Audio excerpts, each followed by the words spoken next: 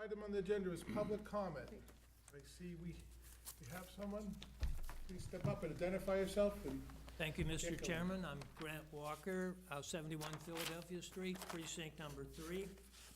And tonight I just want to present to you some images about, from a neighborhood in Arvada, Colorado, a real neighborhood. It is designed, it seems to me, from what I can tell, exactly like the mixed-use village that I've heard speak of so much here on the planning board for David Straits. So, this is a quick overview of the whole village. It's a little bit larger than what's been envisioned for David Straits, but it's a walkable village and a bikeable village, pedestrian-friendly. It's got clusters of buildings and facilities and spaces for community-oriented activities. It's got front porches, corner stores, neighborhood service organizations on ground level floors, residential apartments above. It seems so very similar to what we've been talking about here in Falmouth with regard to David Straits. It's got buildings surrounding little town squares and greens. It's got trails pass. It's near a golf course and a school. It's got clusters. It's homes. It's residential structures, clustered around courtyards, community spaces, and a community house. It's got street tree gardens throughout that take the runoff, the rain and the runoff, and discharge it into an integrated system that manages all the water comprehensively. It's got local agriculture, little fields, I should say, where people can grow food. It has a farmer's market in the central square. And again, it has clusters of residences of different kinds, slightly different structures around local commons. It has many of its homes facing common greens that are ringed with fruit trees. I like that because it's edible landscaping. It's got community gardens and composting areas. And the whole thing is designed for net zero energy, which is one of the reasons I'm excited about it. All the homes and the buildings are positioned and oriented for maximum solar access. You can sort of see that with the shadows there. The windows and the overhangs of the windows are designed to admit the sunlight during the wintertime and kind of shade it out during the summertime when it's higher in the sky, so you get a lot of passive heating. And solar panels generate all the electricity that is used to ventilate, heat, cool, and power the entire community or village. It even has carport panels that can help people power their electric vehicles. And it conforms to green building design and declares that the principle of green building design begins with building tight and ventilating right, by which they mean airtight, keep out moisture, keep out pollutants in the air, and then of course they use energy recovery ventilators to bring in fresh air and remove the stale air from inside. It's got a geothermal heating and cooling system with these pipes that go all the way around the house at about 5 to 7 feet deep around the foundation, where it's about 55 degrees temperature year-round. Helps to cool the warm air in the summertime, helps to heat the cold air in the wintertime. As far as indoor air quality, in addition to all that air tightness, it's got filtered air coming inside, and it's got non-toxic, low VOC paint and other finishes. Floors are natural materials, bamboo, wood, cork, recycled content, ceramic tile. I should have put a hyphen in there between recycled and content that modifies ceramic tile. And all the homes are certified by the ResNet Home Energy Rating System, HERS, same system used for the stretch code here in Massachusetts. And how do people get around? A lot of them don't have cars, but they have electric buses moving people around the village and out and about the town. Here I have a picture that I found on the internet that is very similar to what you see at Mashpee Commons. This is not Mashpee Commons, I can't remember, it's down south somewhere. But the village has electric vehicle charging stations. It's got canopies for parking areas in the outer line parts of the town so people can park there who are visiting the town, get on one of the little electric buses. 5 minutes And already. go from there. I got 5 minutes? No, you're at 5 minutes, you're 3 minutes I'm over. I'm 3 minutes over, and I thank you very much for the presentation. I'm gonna give you this on paper. We would love to see that, thank you very much. Jim, So- what was the name of the community? Arvada. Arvada? Sorry to rush it so. No, we'll take a good look at it, maybe we'll get on an agenda night, and then we can talk about it at length. I'd like to find out a little bit Yeah. more about it. Yeah, Where is it? Yes, Arvada, that Colorado. is what I'm asking you to do here, is please put it on your agenda so it becomes part of your discussion. okay, we're gonna move along, you can set that down, I'm going on to the next item. The next item is approval not required for plans To move there. received between April 31st and May 14th. The applicant, Greg Inman, plan of land to adjust lot lines between two lots located at 590 North Falmouth Highway, map, and it would by Warwick Associates. Have you all had time to get familiar with this? Yeah. Everybody looked at it? I've had time to check it out.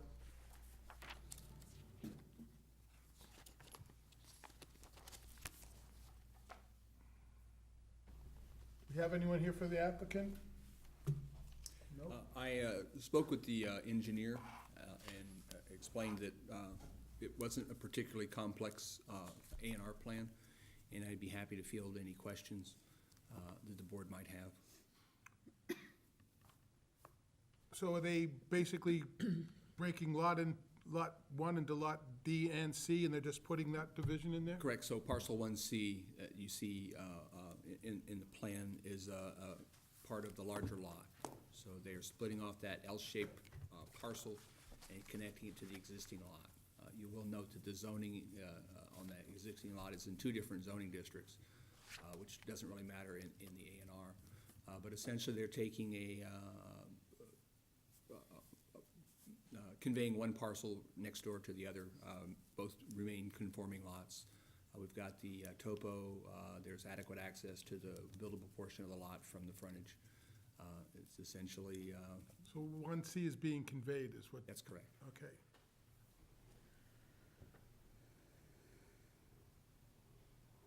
But it should be noted on there, it already says not a It's building not a lot. it's not a buildable lot now. And it doesn't affect the buildability, well, it makes this one bigger, so they could actually use it more. They couldn't use it more, could they, Tom, unless they eradicated that property line? And Correct, and I have this conversation with folks all the time. If you're conveying it to that, do you want to show us the revised plan without the lot line? Because oftentimes we see lot lines, a plan that has a dashed line that says existing line to be Well, the new party could come back and take away the lot line after they own it, right? correct. And as I explain on a regular basis to folks, at that point, it's an 81X plan. Right. Erasing an internal lot line doesn't even need to come to the Here. board. You can do a plan and file it with the Registry of Deeds. People like to come back to the board to show them their 81X plan, so we may see this back. But the requirement for the board to vote is creating the lot, but not erasing that lot line between the two. Anybody? Jim, Yes. I understand it's an approval not required. Out of curiosity, what We are have they, to endorse what's their it, though. intention? Yeah. Do you know what they're trying to do? Create a larger lot. To do, That's all I know. Sometimes people offer it up. I don't always They necessarily. don't have to tell us. No, but if they did tell us, that would be good. Well, my gut is that this F&R Realty is gonna need more land to do something in the future. We've got a lot of cars and trucks parked there. I need a motion to endorse. Okay, so I move that we endorse the approval not required plan of Greg Idman for the 2 lots located at 590 North Falmouth Highway without regard to buildability. Period, that's good. Would you give me those words so I can have them here in front of me? We will make sure the board has those for their motion. Thank you, because I never remember the 3 things. Second. All in favor? Aye. Opposed? None? Okay. Moving right along. Oh, here, right here.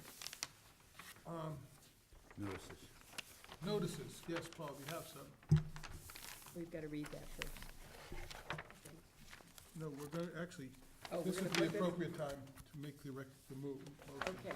To move. So I move that we take the decision for 797 Main Street LLC out of order, and we look at that now. Okay, We need a second. Second. all in favor? Aye.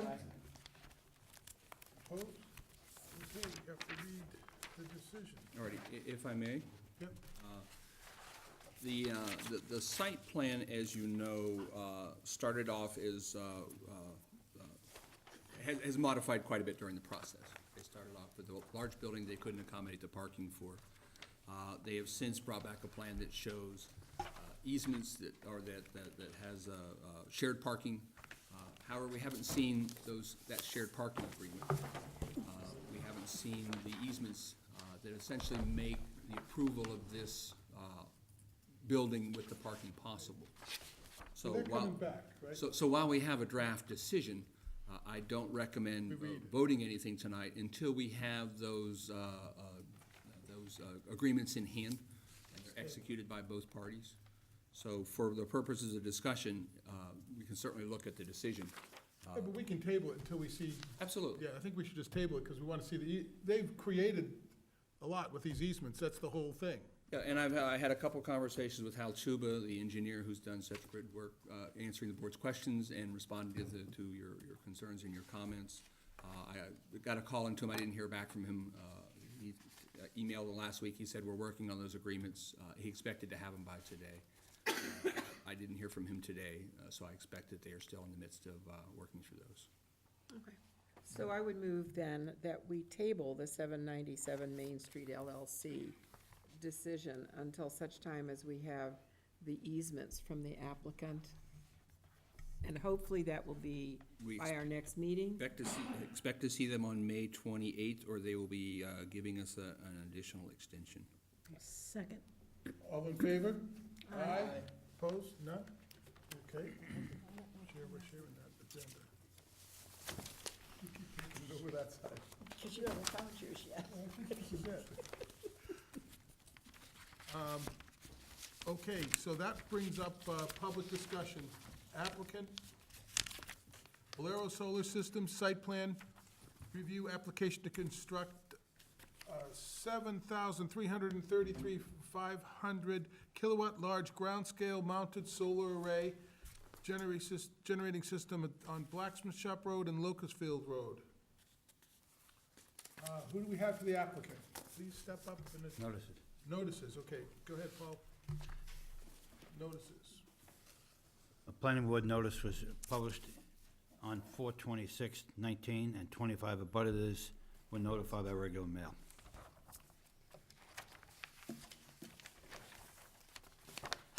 Go ahead.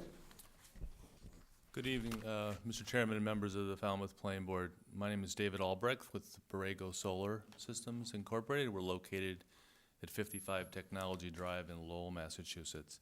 I know over the past year and a half or so, you've spent a lot of time with Zach Farkas, the project developer for this particular project, and he was involved with you all and the remainder of the town departments and commissions to get the solar overlay district approved.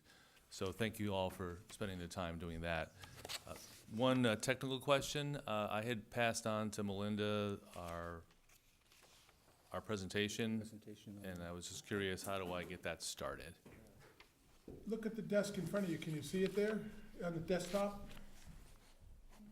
There should be an icon there. Nope, look at that. And then you take the mouse and you click on it, and away you go. I should have been listening to you when When I you were was- telling the last gentleman. Yes, I was giving a tutorial earlier. Okay. It's way more sophisticated than the town I've been to. Well, this is important for the people at home to see. They Sure. can't see plans.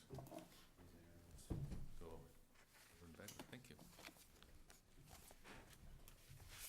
So, thanks again for having us. As you know, this is the first time that Borrego's been in the town of Falmouth, and I believe this is, aside from a landfill solar project, this is your first time with solar project before you as part of the new solar overlay district and the large Oh, scale. the new overlay district. So we It's look not our forward first to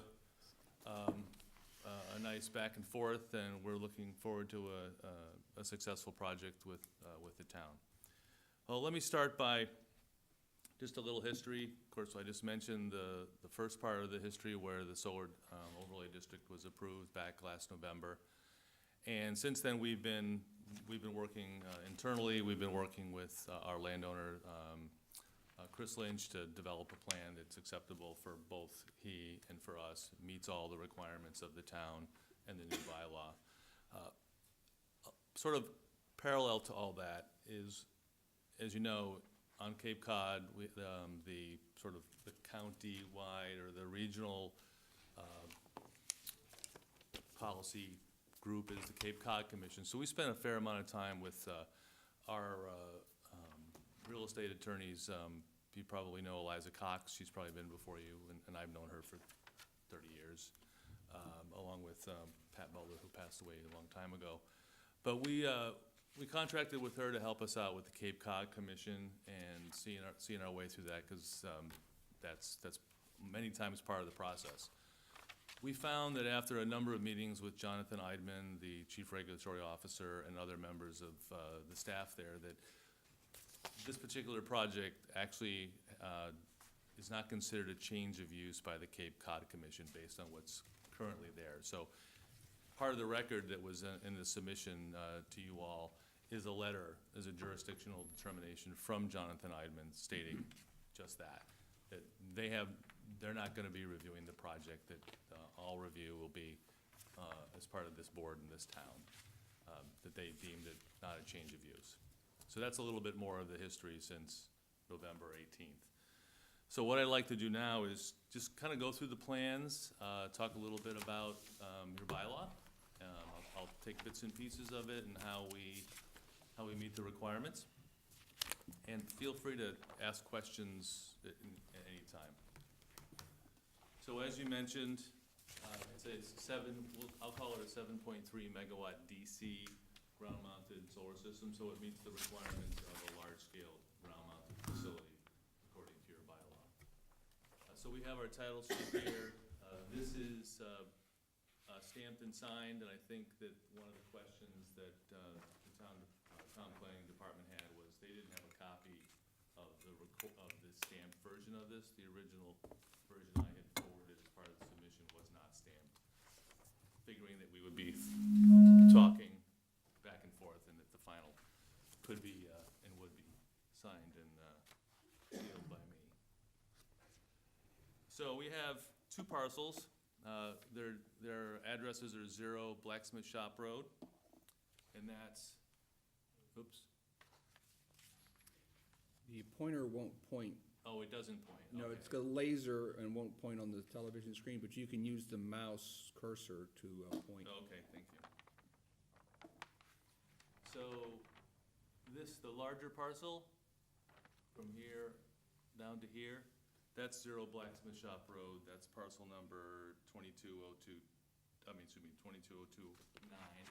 And then the smaller parcel, this parcel right here, this rectangular parcel that's sort of bifurcated by the Eversource power line easement, which you see right here. As you probably know, the The site is a semi-active sand and gravel pit, also a materials storage yard for Chris Lynch and his family. The total acreage is, the smaller parcel is about 3.6 acres, and the other parcel is close to 66 acres. So we have close to 69, 70 acres in total between the two. What you see up here is sort of the, if you can detect, there's a little bit of a yellowish shade. That's really the area that's fully disturbed. It's either got graded slopes or it's active gravel sand pit at the very bottom, and the green is any woods, forests, any tall trees. There are some shrubs here and there. And right in this particular location here, we have the big easement that runs this way. But we also have a single phase power line that leads over to the few homes that front on Deer Pond. And that particular, bless you, each of these little mounds of, or round areas of green are 25-foot mounds of dirt where the utility pole is sitting on top. So that's a very, very old pole line. There's no easement for that. We're gonna be relocating that. Eversource, we're gonna work with Eversource to relocate that. And those couple of areas that you see there, the 4 areas, those will get graded down to the same level as the pit it currently has. It's situated. Oh, one more note. Right along here, this is the Water Resource District overlay. It just comes to the edge right here. It's this hatched area to the east or to the right. So the area is currently zoned AGA, and the zoning district across the street on Blacksmith Shop Road is AG AA. But obviously, I've already mentioned that these parcels are covered by the solar overlay district that was approved last year.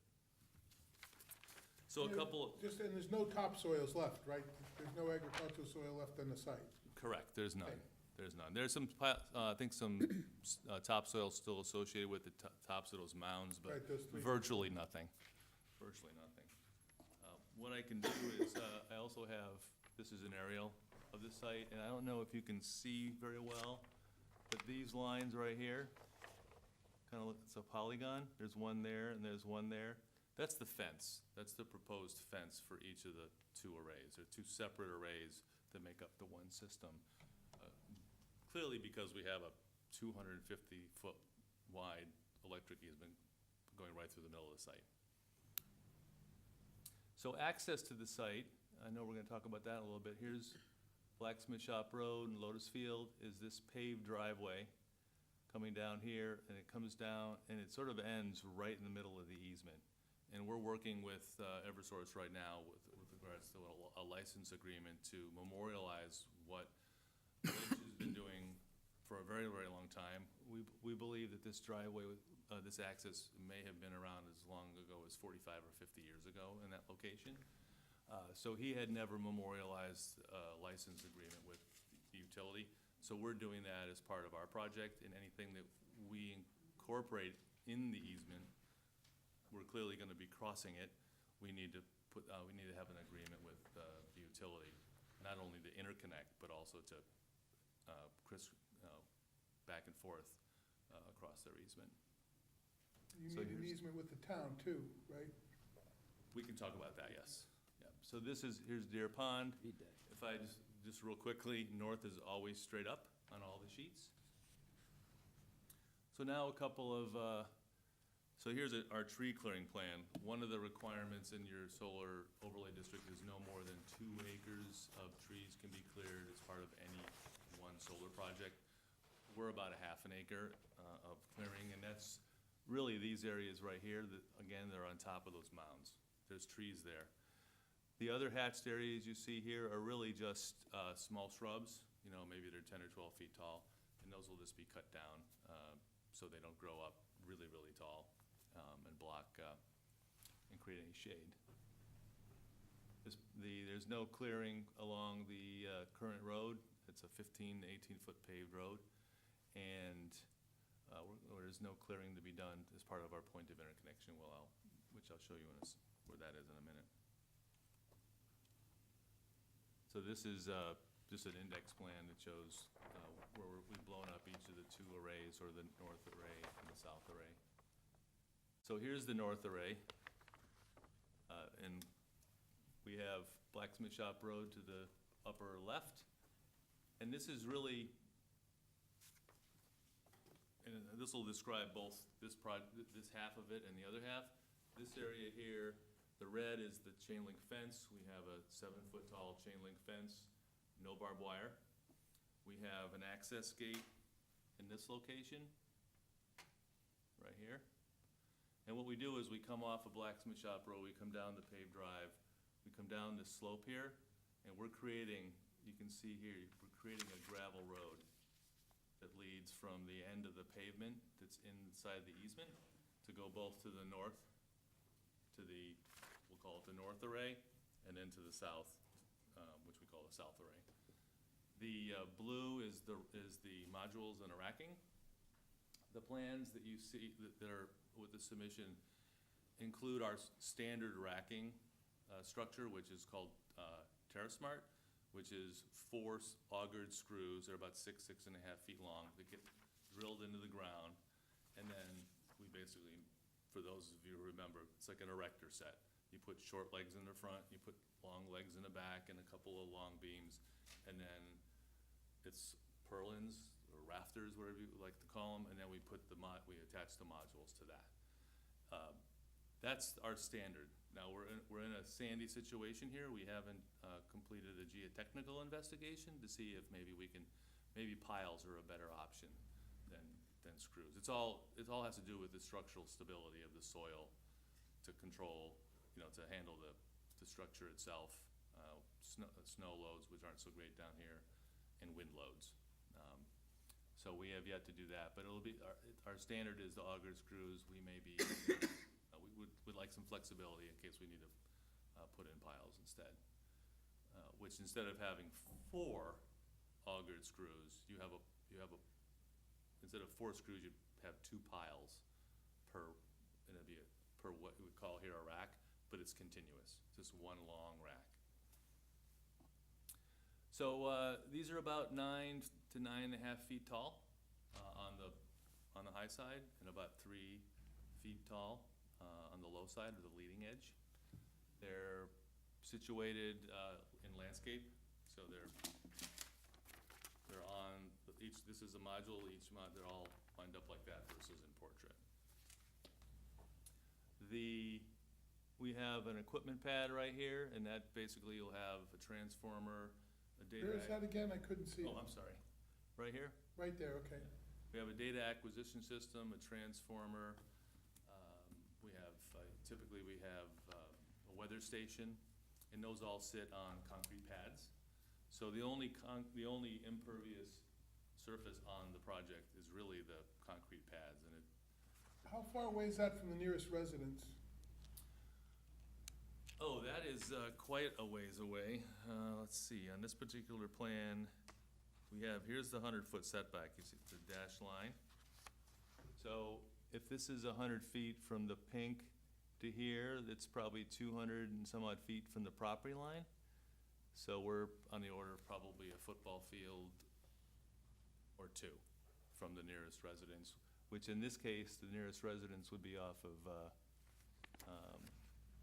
Deer Pond Road, I think, or maybe this particular home here is a flag lot off of Blacksmith Shop.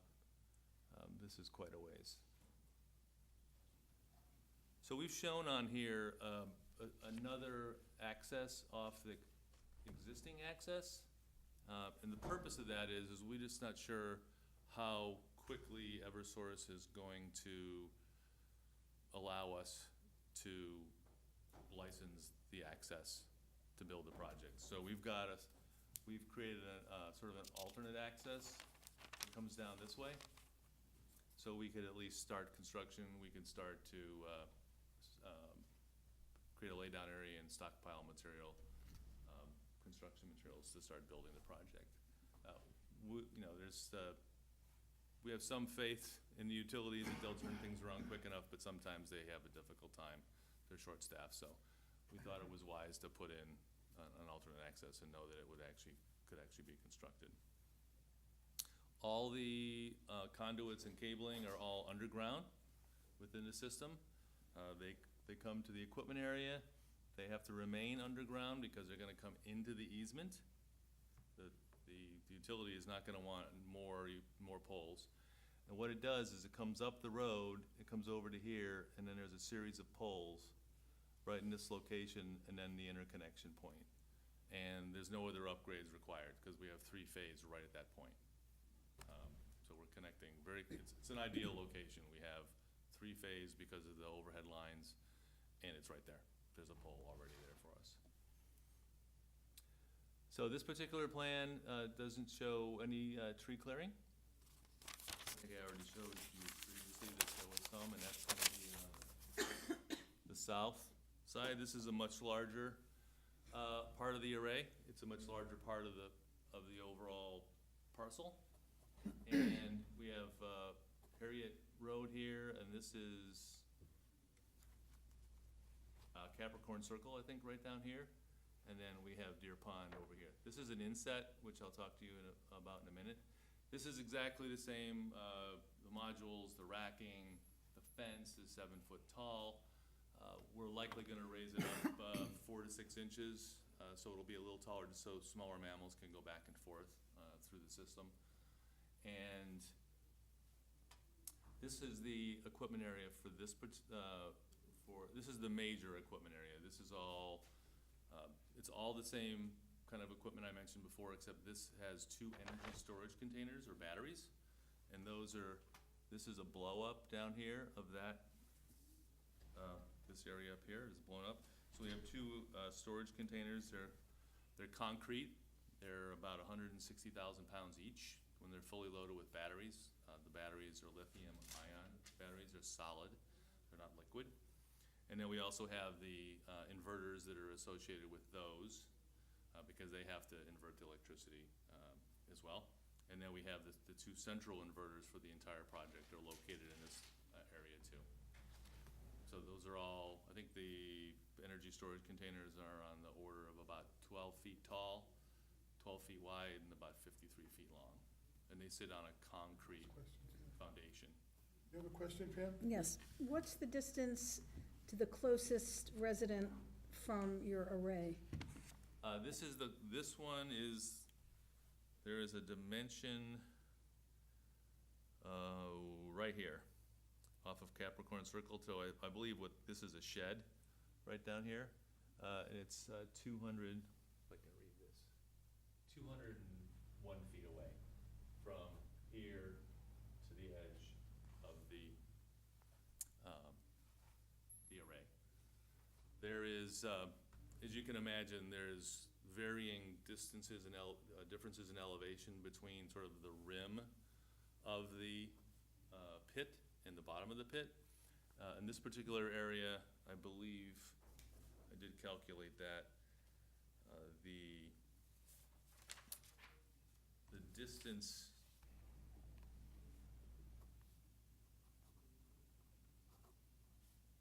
about 28 feet.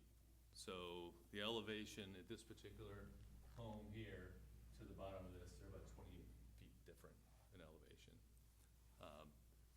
The elevation in the bottom of the pit ranges anywhere from 20 to about 40, and then outside, or the rim of it, averages about, I think it's about 38 to about 72. So it undulates, goes up and down. The vegetation in this particular area, as well as all the way around, all of that will be maintained. The vegetation I mentioned before that was gonna be removed is there's a slope right here, which you'll see in a second on the grading and drainage plan, grading and erosion control plan. It's scrub and shrubs that are on a very, very steep slope. Distances from the inverter and the transformers on this array to the nearest house. To the nearest house. So the nearest home here is this one off of Deer Pond Road, and I believe these are all, correct me if I'm wrong, are they all 3-season cottages? I don't, off of Lower Road. This particular one here is, it's not very easy to see there. That distance is about 266 feet to the array, so it's probably on the order of 550 to 600 feet. What's the noise level that the inverters and transformers make? What's the decibel level that they generate? So the loudest of the two is going to be the inverter. It is measured, all these kinds of things, electrical equipment is typically measured at full operation 1 meter away. So they use that as your point, so 3 feet away. It's 80 decibels. And then as you move further and further away, exponentially, the sound levels go down.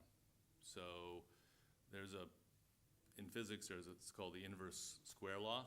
It's a very simple equation. Basically, if we take that location and we take the distance to the nearest sensitive receptor, in this particular case, I did calculate this as well. 80 decibels gets reduced down to 30 decibels. And that doesn't take into account topography that might be blocking, trees don't really block sound. You need really a complete opaque boundary, and trees don't really supply that. But there is differences in elevation.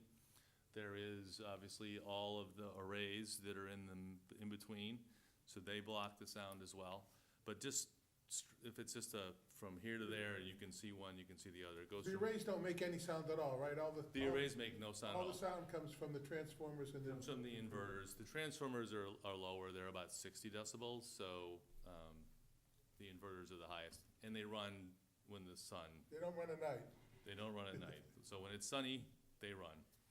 And How about the batteries? With the inverters, when your battery's running at night now? the inverters might be running at night, but they don't typically run very late because they don't go through the whole night. They only have so many megawatt hours associated with them. So as soon as the sun goes down, they're usually, all the energy is put back in the system, before 8 o'clock. They don't run through the night, but they have inverters as well. Those inverters are a little less noisy than the two central inverters, which are for the majority of the project. So it's sort of like two projects, even though it's all together. You have a storage project, which has its own inverters, which takes the excess, right? Whatever the two central inverters can't take, goes to the storage units. And typically is gonna only get stored for 1 day. Pat, that's a question? Well, we're talking about noise here with the inverters and converters and all that. Have you had complaints about the noise levels before? And if so, I'll continue with this so you can get it all into your answer. If so, have you satisfactorily put baffling or fencing around, because you said it needs a solid structure to stop the noise? Have you successfully put some kind of a noise absorber around to minimize or do away with any of those complaints? We have. It didn't arise from complaints, though. It arose from the fact that we were closer to a sensitive receptor, to a home, than the neighbor was comfortable with and that we were comfortable with. So, or it didn't reduce the sound level down. It wasn't far enough away. There is a state law that says as long as you're not more than 10 decibels over the ambient noise level at the property line, property lines are all over the place, right? It's really the home is, or it could be a nursing home, it could be a hospital, it could be any number of things. But in this case, in the two cases that we had, we built one, it was out of this process that we ended up developing. And one was a 10-foot high solid vinyl fence that went into the ground. Because even if it doesn't go, if it's this much above the ground, believe it or not, this goes right underneath. So yeah, it was kind of U-shaped. And we had another one, that one, where was that one at? That was in Sterling, I think. And then we had another one out west as well, in Charlton, that was, we're at the end of a cul-de-sac with a road to an empty parcel, and the neighbor had a fairly big home and a farm, and they were worried about their farm animals and any noises. So we built one very similar, but it only needed to be 8 feet high in this particular instance. It also depends on sort of elevation and where you're at, where the noise is being generated. So we have, but it didn't come out of any complaints. I haven't heard of any complaints of any of our projects. Well, the reason I should explain that I'm sensitive about this and I'm asking about this is because we've just had very bad experiences with wind turbine noise, so we don't want to have a repeat of anything that might create a problem. Sure. But I think everyone needs to go out to the landfill and stand at the edge of the property and then go down and go stand right next to the inverters, and you can hear how it dissipates, is how when you're right next to it, it's pretty loud, but by the time you're, 250, 300 feet away, you can't hear it. Unless the wind's blowing a certain direction, but it's pretty quiet, so if you have any doubts, because we have this same equipment on our own project. So, a couple other things, I think I mentioned just briefly in passing that we meet all the setbacks. So the requirement is, if you're not adjacent to a residential zone, I believe it's 50 feet or 20, maybe even 25 feet. But we're adjacent to residential uses and so on, so the setback is 100 feet according to the bylaw, the solar overlay district.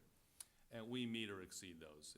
As you can imagine, if you're in a bottom of a pit with 3-to-1 or 4-to-1 slopes, in some cases, we're 200 feet away from the property line, so there's a significant distance away.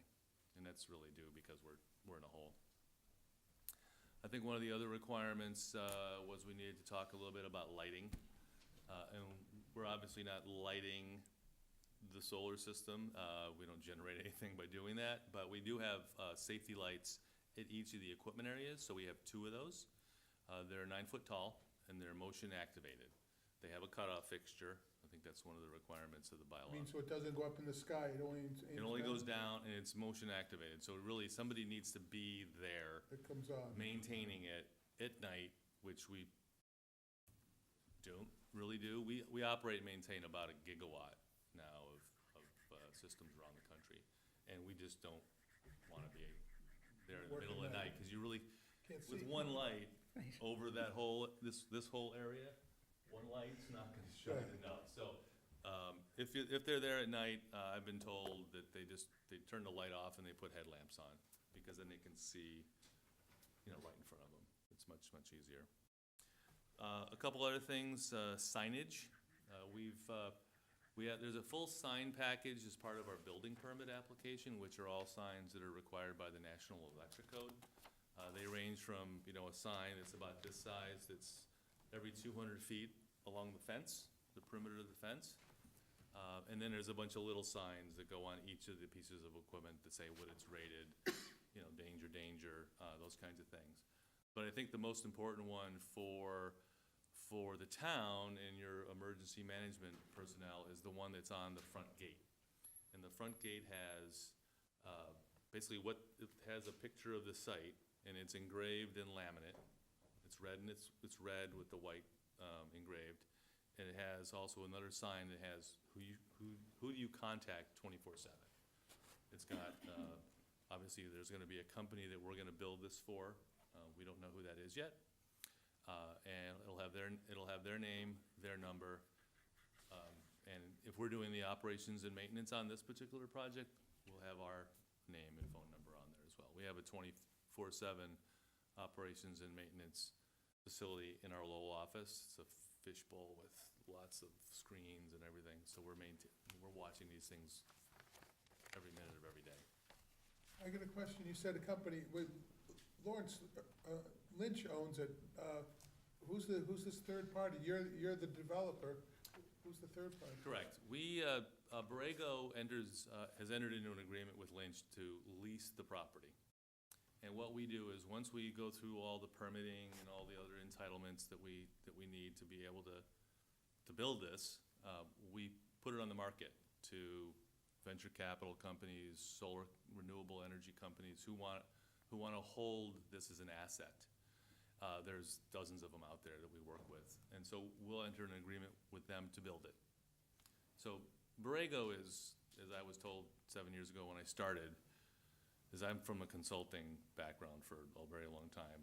We're basically a design-build contractor, but we really start, like Zach Farks, right from the get-go, meeting the landowner, coming to an agreement on what's available to develop, all the way through operations and maintenance. So once we're done with it, it gets handed over, we're out of the picture, except for O&M, and then someone else owns the system. And the leases all shift over to them as well. Any of the agreements we have, any decisions, all get shifted to that entity. So, a couple other things, wetlands, we had a request for determination of applicability approved by the Conservation Commission in January, where the project has no wetlands on site or within a couple hundred feet of any disturbance that we have. We filed a project notification form with Mass Historical, and they had written back to us that no further action was required. There's no endangered species or wildlife habitat on this particular site. So that was, those are, oh, and also there's no FEMA floodplain overlays in here. So let me go to, so I took the same aerial photograph and I superimposed, although it didn't come out all that great, the two systems on here. So you can see this area, these areas here, these mounds with that single phase line, those will be coming down. And what we're doing is we're gonna reroute the line, we're gonna bury it underneath here and come back around. And the single phase is really shaky right now. I'm sure the people on Deer Pond will be very happy when that gets shifted over.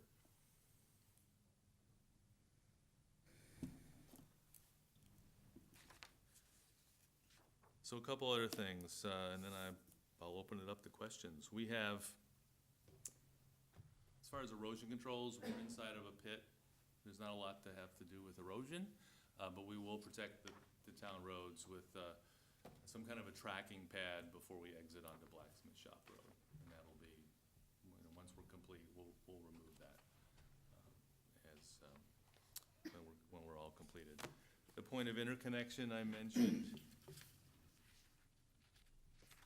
is down here. Here's the road that comes in.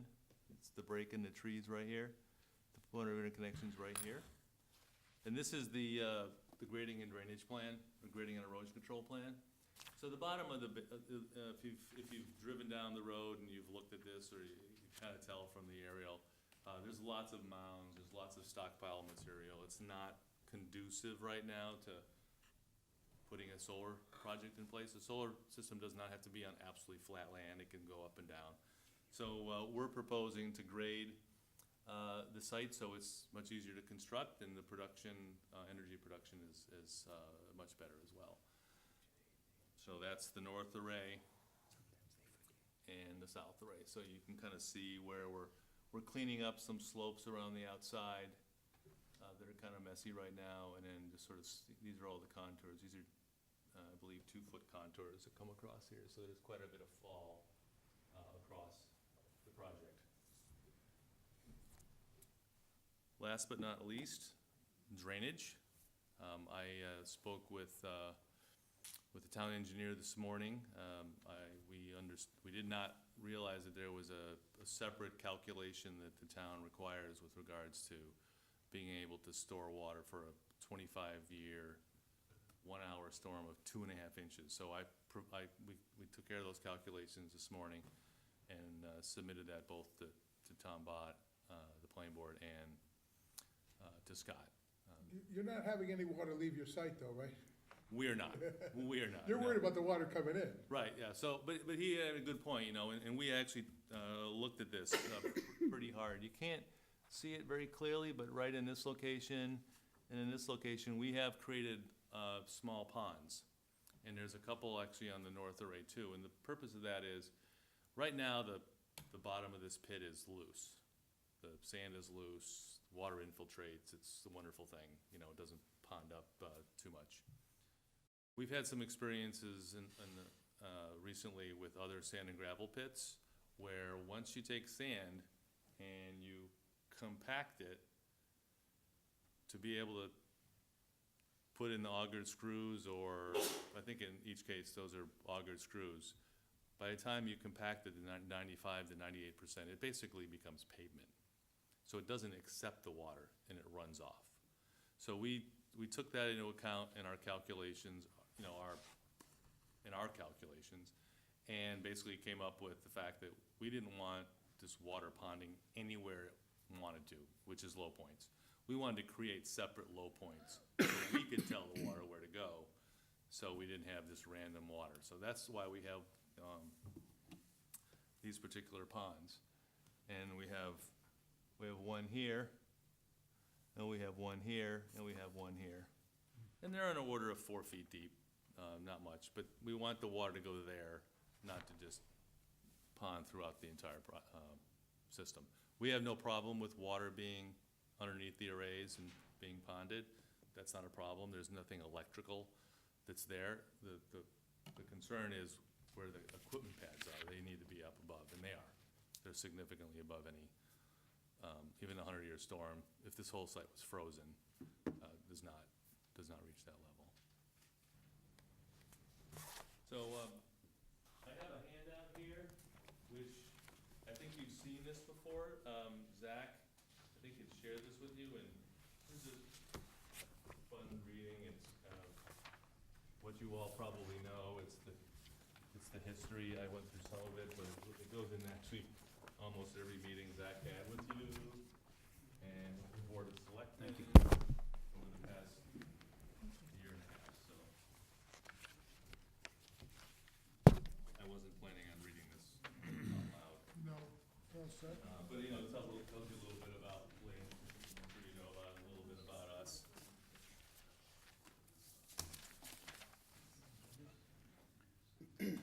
So I think that's pretty much my presentation, and be glad to answer any questions from the board and the audience. Do you find you have to clean your panels, or you just let the weather do it? Well, we're fortunate in New England that, you know, we get 40 to 50 inches of rain pretty much from, you know, Connecticut, New York, Vermont, Maine. We get enough rain to wash them off. But there are instances where it can be very dusty. This site might be very dusty. We have sites in the high desert in California which are extremely dusty, which need to get washed once a year. But we don't do a whole lot of that here, but we typically bring in a water truck and Clean it if you need it. clean it like you clean your driveway almost.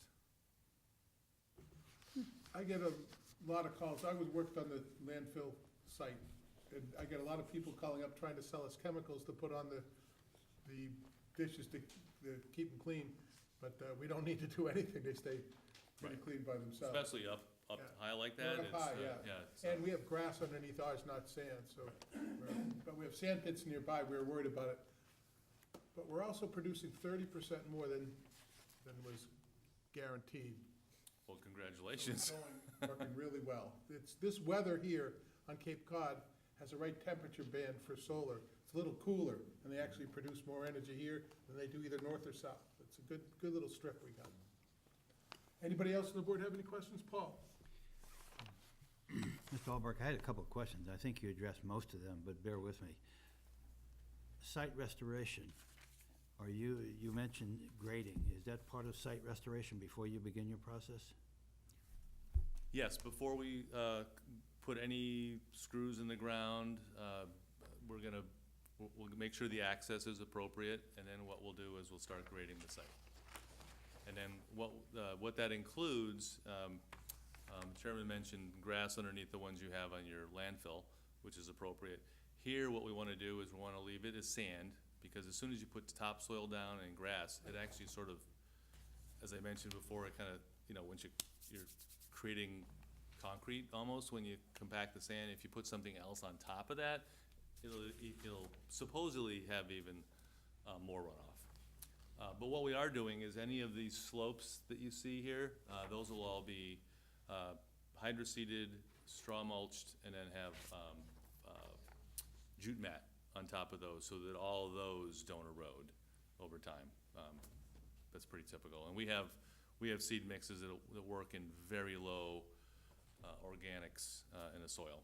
You know, there's probably on the order of 3 or 4 or 5% organics in these slopes, so. Seeding the jute mat, so it's just gonna turn into a grass hillside, basically. It'll turn into a grass hillside.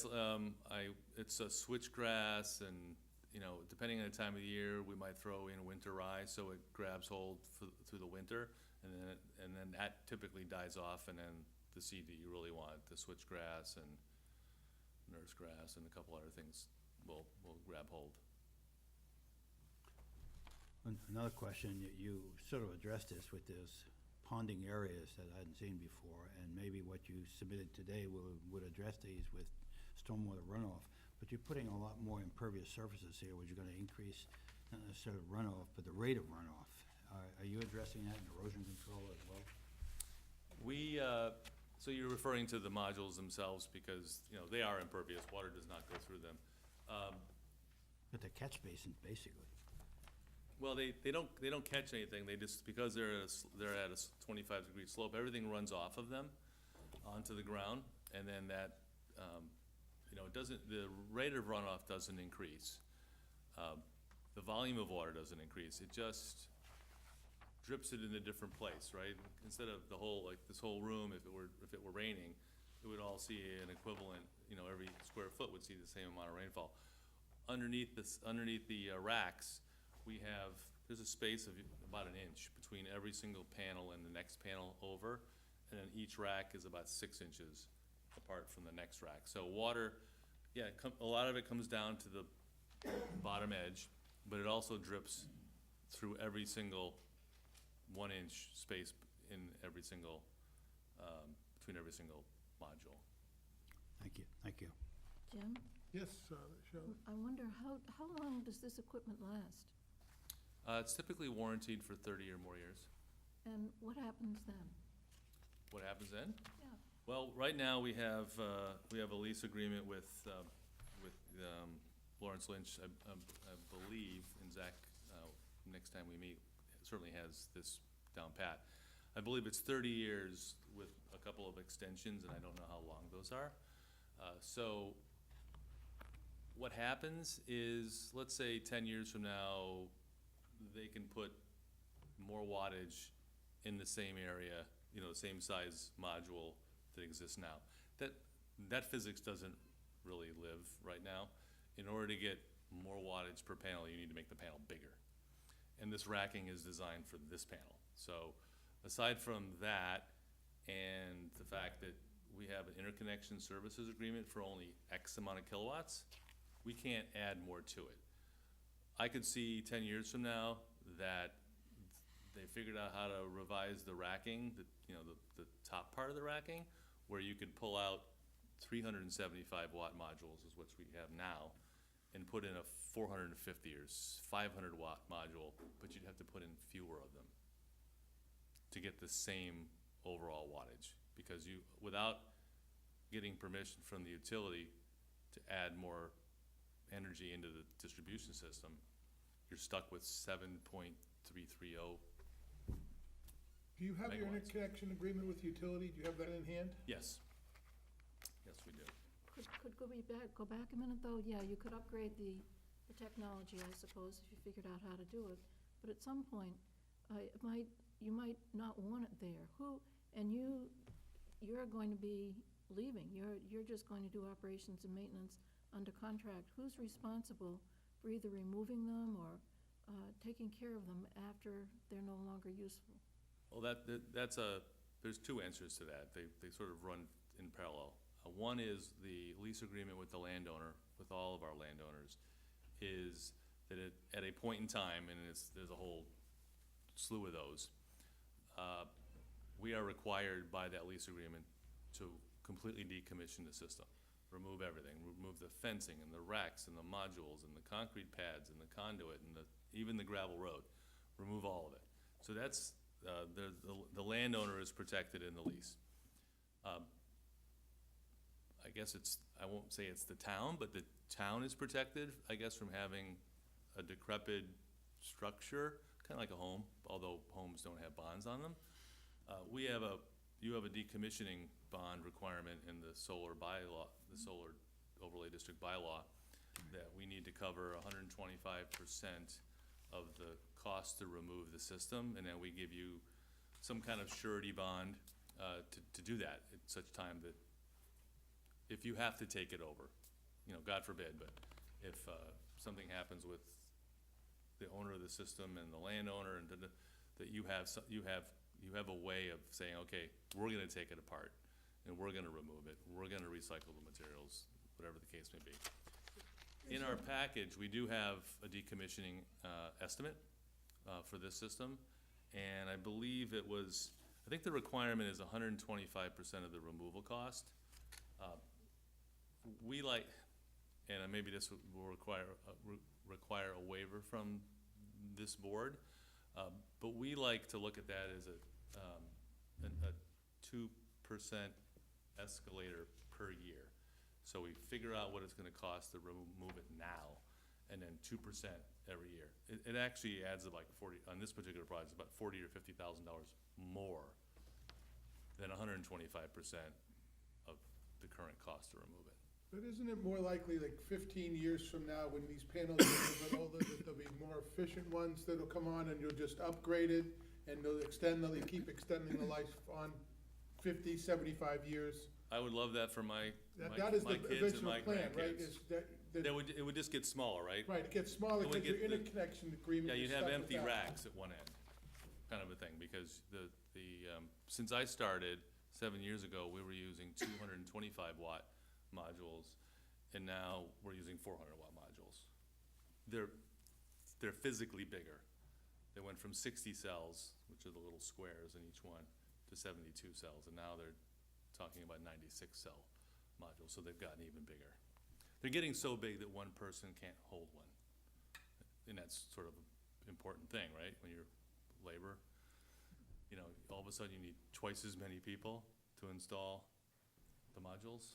So we're getting to a point where it doesn't make any sense. Yes, Pat. It sounded like there's a hillside that's got a lot of scrub on it that you want to trim so that it doesn't get to be 20 feet tall. But growth has this happy thing of keeping on growing. So are you really going to trim it and then it keeps on growing, or are you going to replace it with other plantings? Well, in those particular, I think I said trimming, and there's some places where we're trimming it, and then it'll grow back. Yeah, we understand that. But there are places where that scrub and shrubs, we're actually grading that slope better. We're cleaning it up, and that's when it'll get hydroseeded Okay. and so on. Anyone from the public have any questions? Step up, please, and identify yourself.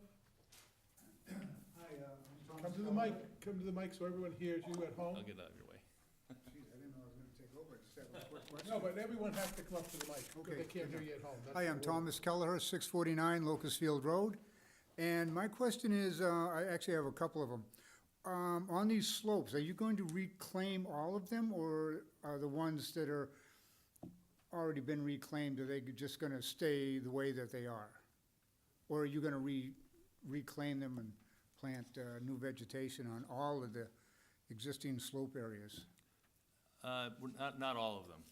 Many of the slopes are in fairly good shape, and we don't need to grade them for purposes of, having access around the system or anything. So, a lot of those, especially on the north system, on the east side, those are gonna remain as they are. Pretty much, I would say, probably 75% of the rest of it, we're gonna be reclaiming them to some extent. Yeah, so, I mean, if you have to do any reconditioning in order to get your array of panels in there, then you'll just be reclaiming it Yes. at that point, too. Now, question number 2 is the auger system.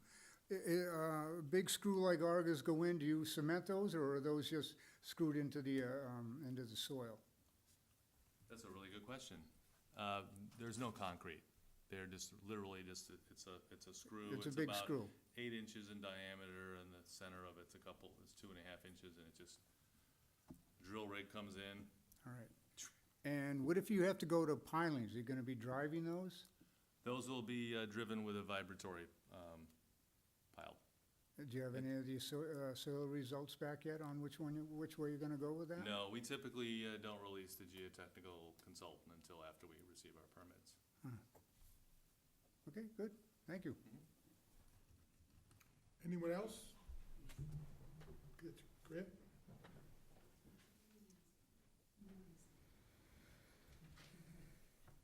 You're next. You missed your shot. Thank you, Mr. Chairman. Grant Walker, 71 Philadelphia Street. And my question is, will there be any need to keep vegetation down underneath and right around the arrays of the modules? Will you be doing that until you sell it to an entity that will then own it as an asset, as you said? And if that happens, who will do that maintaining thereafter?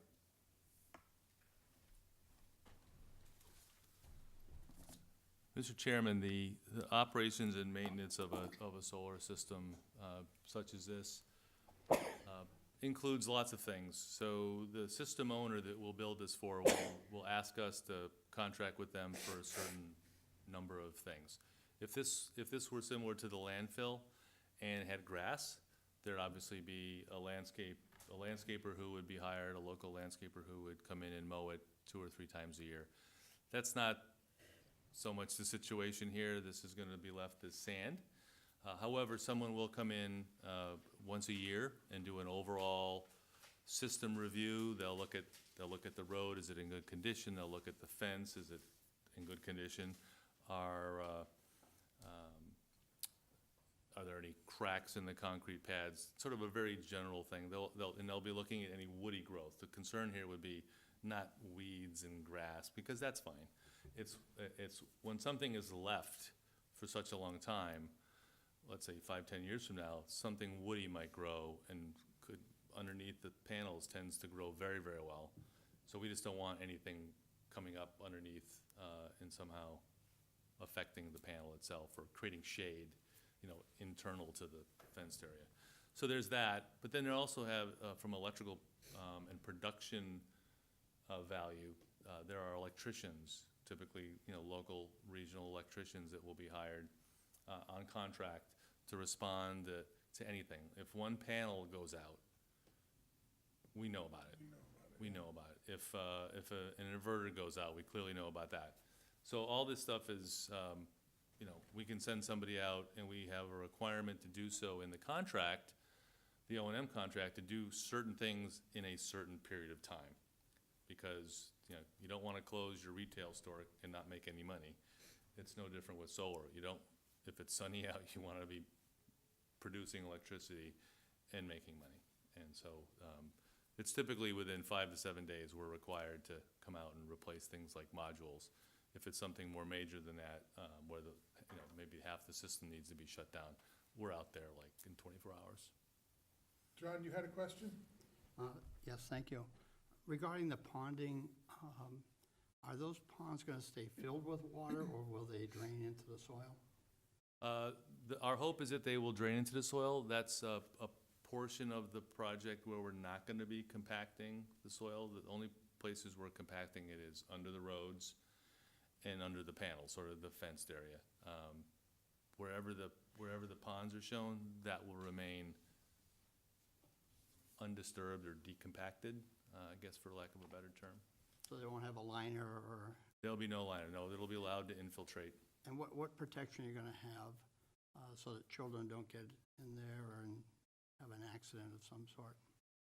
Fenced in. Well, besides the 7-foot tall chain link fence around the whole system, and we have numerous 4-foot wide man gates, and we have vehicular gates at the main entrances. Those are all locked. They all have a Knox box for emergency management personnel to be able to get in. So, I don't recall of hearing of any people getting into our systems I've heard about deer getting into our systems. They seem to be able to get in and out. A 7-foot tall fence, I don't know how they do it, but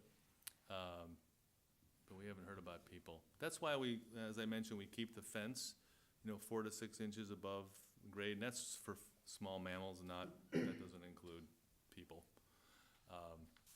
And we've had some town building inspectors, code enforcement officers tell us, no. Has to be right down to the ground, I'm not gonna allow that. So sometimes we have building department and conservation commission at odds with each other. So we're, we'll opine to what's the best for the towns, kind of thing. So,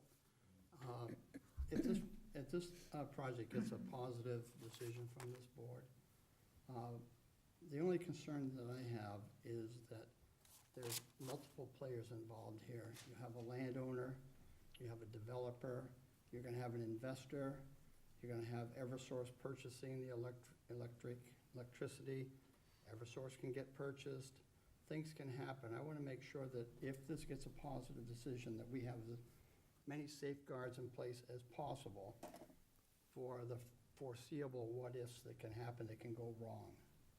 This all sounds wonderful, and I'm sure it's gonna be wonderful, but when you have a lot of money involved, things can happen, and this town should be protected as much as possible. That's all I wanna say. Thank you. Well, we have the bond at the end that they have to maintain, so they could take it away. So if they stop using it, that would trigger that too. I mean, does the bond come in, if you stop using it, it goes away, right? Right, I don't remember how many days, but I think it's like it's Lapses. 150 days or something. I think it came right. So our best defense is keep it operating or take it down. I understand, but What else this can we do? this town has had experience Oh, I with know, I'm trying to good get at, intention and things can go wrong. I just wanna make sure that we, in this decision, if it's a positive decision, that we try to have as many safeguards as possible. And the bond sounds wonderful, but what if the bond isn't enough? And what if the bond is caught in a court decision somewhere, and it's 8 years before something can happen? I mean, I know we can't guard against everything, but I want to give some thought to this, because it can be wonderful, or it can be not wonderful. It's a big project. I'm trying to think, we'll have to think about it, yeah. We will have to think about it. I'm not there's a perception, there's a problem that could happen, but I'm not grabbing it right now. I have to see. Have there been issues on other projects like it? You've been building these for a number of years. Yeah, we've been doing this about 38 years or so. I mean, certainly not this size. Issues are really, we come across things during construction where we find, boulders underground where we didn't expect them, or we come across, high groundwater. Erosion can be difficult when you're building it in a bad winter where, it rains and it snows and it freezes and it thaws and it rains, and it's those kinds of things. But as far as sort of, post our permission from the utility to turn it on, I haven't come across, I think the worst thing I've come across is some landscaping we installed died. We have to replace it. It's part of any agreement we have, any decision we have with the planning board or so on. But I haven't come across anything that's worse than that. I mean, the questions about whether or not somebody can get in or not, I haven't heard anything about that. Jim? Does the bond have the 2% escalation every year? Correct. That's written into the bond? Yeah, it's written into the bond, and I believe the number is, here's the decommissioning. So the cost to remove it in today's dollars is $314,000. If you include a 2% escalator for 20 years, that's typically what we do, it would go to $375,000. So at the, whenever this board decides that needs to be in place, whether it's prior to building permit application or prior to mechanical completion or permission to turn on from the utility, so that's when the utility finishes their improvements, which is like 3 or 4 of those poles. When those are done and they make the connection, and then we can go turn everything on, if it needs to be in place before then, I leave it up. We've seen it all, so I'll leave it up to this board to decide and planning department when that needs to be in place. I'll caution you on 3 or 4 of those polls. They said, oh, it's only a week's work when we tried to turn ours on. But they only came every Friday. Right, right. No, that's the utility. That's the utility. We've had our license agreement for the crossing, so this, where we cross the easement right here, this road, gravel road, plus there is a cable underground. They've had that for 5 months. And we haven't heard back. Well, we've heard some, but I have one final question. Where is the center of operations for this facility, and how do you deal with emergency response in similar facilities? well, that's all, if it's Borrego that will be the O&M contractor, which I would anticipate it would be, that's all in Lowell. All of our Lowell. systems are all focused in Lowell. We have a huge room with 20 people in it, not all the time, but there's somebody there 24/7. And they monitor every single system. They, there's alarms. I mentioned, maybe it was a little too quickly, the DAS system, it's the Data Acquisition System, which tells you everything about the system. It tells you about if a module goes out. So there's so many modules on what we call a string. So it's not, every module doesn't have its own wire that goes to the central inverter. There's a bunch of strings, a bunch of modules on a string, a bunch of strings go to a combiner, and then the combiner goes to the inverter. So if a string is, and I think there's 27 modules on a string on this project. If one module goes out, let's say someone's playing golf and breaks a module, it just stops. It just stops generating electricity. And what happens is that string now, we know immediately that string is out within a minute. Not during the night, we're not gonna know that, but when it's producing electricity, we'll know that there's something wrong. There's one string that's a lot lower in production than any of the other ones that are adjacent to it. Because they're set up in such a way that you know where it is. Our plans show every single string. There might be 2,000 strings on this project, and we know where every string is. I just want to mention something to our staff. Could you do some research for solar disasters that have happened to solar projects, that maybe we could find something that John's looking for, see if there's anything out there? I've never heard of one, but we could always Google. The one thing that I can sense that it could be glitchy, and so this is the basis of my question. Before you put your first shovel in the ground, do you have the company signed on who will acquire this as an asset? Yes, yes, Okay. most definitely. We're not risk averse, but we're also not stupid. But yes. So yes, typically we get our interconnection services agreement in place. We have an approval from the town. We have any of the other approvals that may be necessary. It's obviously the license agreement with the utility. We need that in place. The lease needs to be in place. There's a bunch of other little things, an approved financial model, so that we can put it on the market and someone can look at all this information, these 8 things, and go, whoa, this is a pretty good project. I'll give you this much money per watt to build it for me. We enter into that agreement. It's an EPC agreement, engineering, procurement, and construction, because we do all the procuring and we construct everything. We're the general contractor. We hire all the subs. So at that point, when that's signed, we know who that is. And when we submit the building permit plans and the application and the feed to this town, their name will be on it. Okay, a follow-up on this, because you had mentioned you frequently deal with VCs. They have a history, of course, of investing, and then after a few years, selling their asset to make their money back. How do you handle that? Because we know the Lawrence Lynch firm that's been here for a long time. You've got a 30-year history, but VCs come and go. How do we have any assurance as a town that we're still gonna have something good? Who's involved? Yeah, and that we're still gonna have something good once they bail to get their money out of it. All of the decisions, permits and such, will run with the land, correct? We've had decisions written in such a way that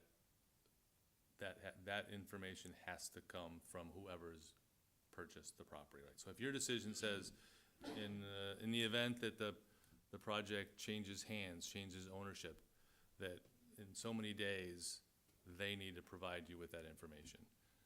And I can tell you that in my time here, I've never come across a type of a project that had so many attorneys involved with it. Yeah. The things that we jump through to make sure that, that every I is dotted and every T is crossed 5 times, it's amazing. I can't imagine that getting more lax. So if someone's acquiring this, let's say it's built and it's owned by, A and B, whatever, and then somebody else comes along and is gonna acquire it, their attorneys are gonna look through every single decision to make sure they're not committing themselves to something that they're not willing to commit to. That would be landowner that would be a still own it, simple right? thing to commit to. You still have the landowner who actually has the permit with. Still has fee title, yes. So that's where the title is. And so what you're talking about is like tenant improvements. Somebody's gonna own the machines, then it's gonna be subject to a lease with the landlord, right? Correct. So we're always gonna have Lynch, and we can say if they wanna sell, we get to prove somebody of equal quality. I mean, that's generally how you put it, you gotta make sure that it's the same size. So that's precisely my concern. How many attorneys are involved?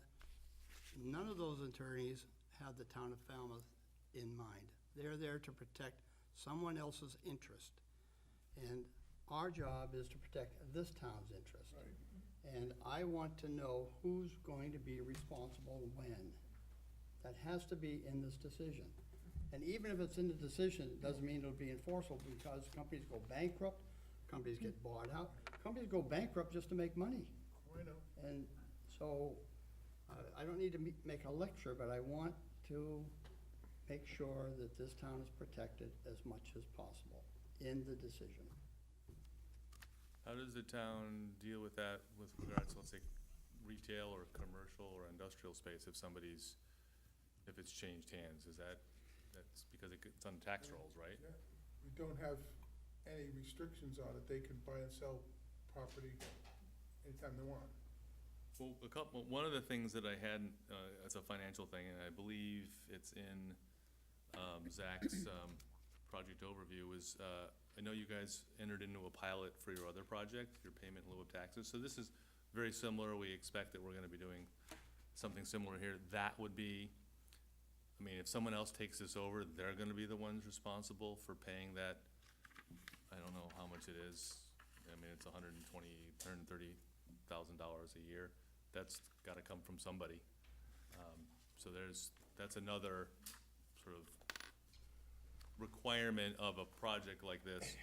It'll be the tenant, not the landowner. The landowner will pay the property taxes, but the improvement taxes, the physical panels and everything, are gonna be that third party you're talking about. Correct. Cause that's what we have with, the other one, and they get assessed for those, like property, where this paid in lieu of taxes.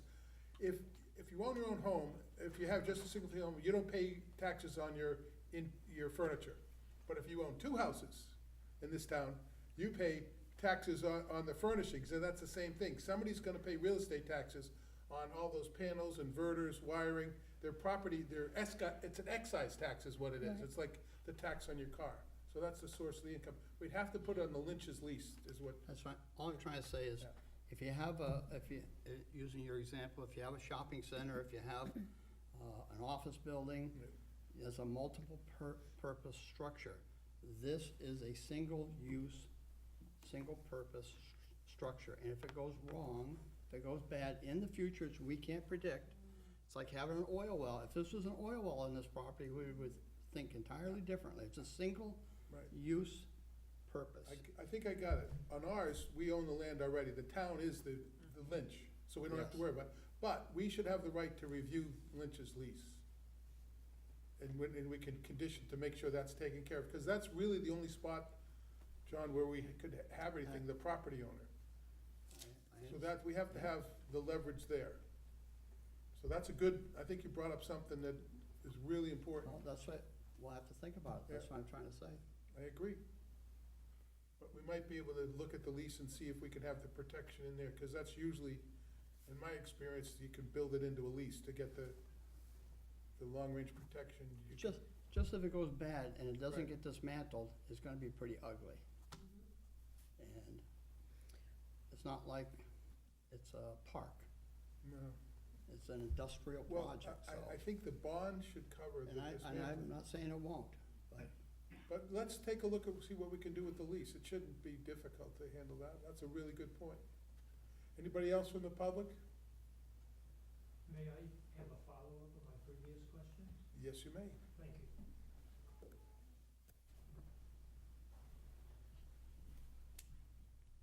Thank you again, Mr. Chairman. Grant Walker, 71 Philadelphia Street. My previous question focused on vegetation that might grow up underneath or right around the platforms where the modules are. And what I'm looking for is, well, will you cut it down mechanically? Will you spray it? How will you control it? That was my question. What is the plan for that? Mr. Chairman and members of the board, we at Borrego don't condone the use of fertilizers, herbicides, insecticides, pesticides, or any of that. And we would urge you to actually put that in your decision when the time comes, is that that's a requirement. So we want, because once we're not involved, we want that to live with the decision, with the project. So everything we do is mechanical. You know, we'll mow it, we'll weed whack it, things of that sort. At the landfill, we have a contract for $40,000 a year to come in and do the mowing. It's part of the deal. It was built right up front. We have to keep the grass a certain height. Right. So it's just contracted, it's just part of the overhead. You keep talking about the Lynches. Suppose the family doesn't want to maintain and hold on to that property. That's what I was gonna get at. But that point was, if they wanna sell it, we get to look at who they're selling it to. Like, a lot of times if you're subleasing a piece of land, the landlord has the right to say, you can't just lease it to anybody. I wanna make sure it's somebody Right. that has the same credit rating and could do everything. So we're gonna have to see if legally we can do that. John, Could we do a right of first refusal? we could try that too. I mean, I don't know if we have the money, that's a whole different, that's for the selectmen. That's well, not a but, bad idea, but we could. but if we had a right of first refusal and we knew that there was somebody else that was interested, that we thought we were questioning, whatever, that the town at least had the option to take it over and get the money for the operation. It would be buying it, That- not that- that taking. could- But that that's for the lawyers. I'm that not- could damage their Yeah. value of The the property. value, yeah, we wouldn't wanna do Could- anything, but that's really, we gotta have the lawyers talk about that. That's, I would like to see a right of first refusal, whether we ever do What do you anything mean? about it. to buy it? If the Lynch family no longer wanted that and wanted to sell the property, there's nothing stopping them from doing that. No. But this is probably gonna be worth an awful lot of millions of dollars. Yeah, I would think so. So would the town come up with that? I don't know. I don't know. if I Yeah, could, sure. Chairman, a couple things. If I'm leasing a piece of property from somebody for whatever reason, and that person goes to sell the property, our lease with the Lynches doesn't allow that without us approving it. That's just you just can't sell it. You can't sell it out from underneath somebody who may have spent on upwards of $15 million to build this project whether it's this or it's a $10,000 shed, there's protections there that the Lynches just can't sell this without input from whoever's holding the lease. So that's there.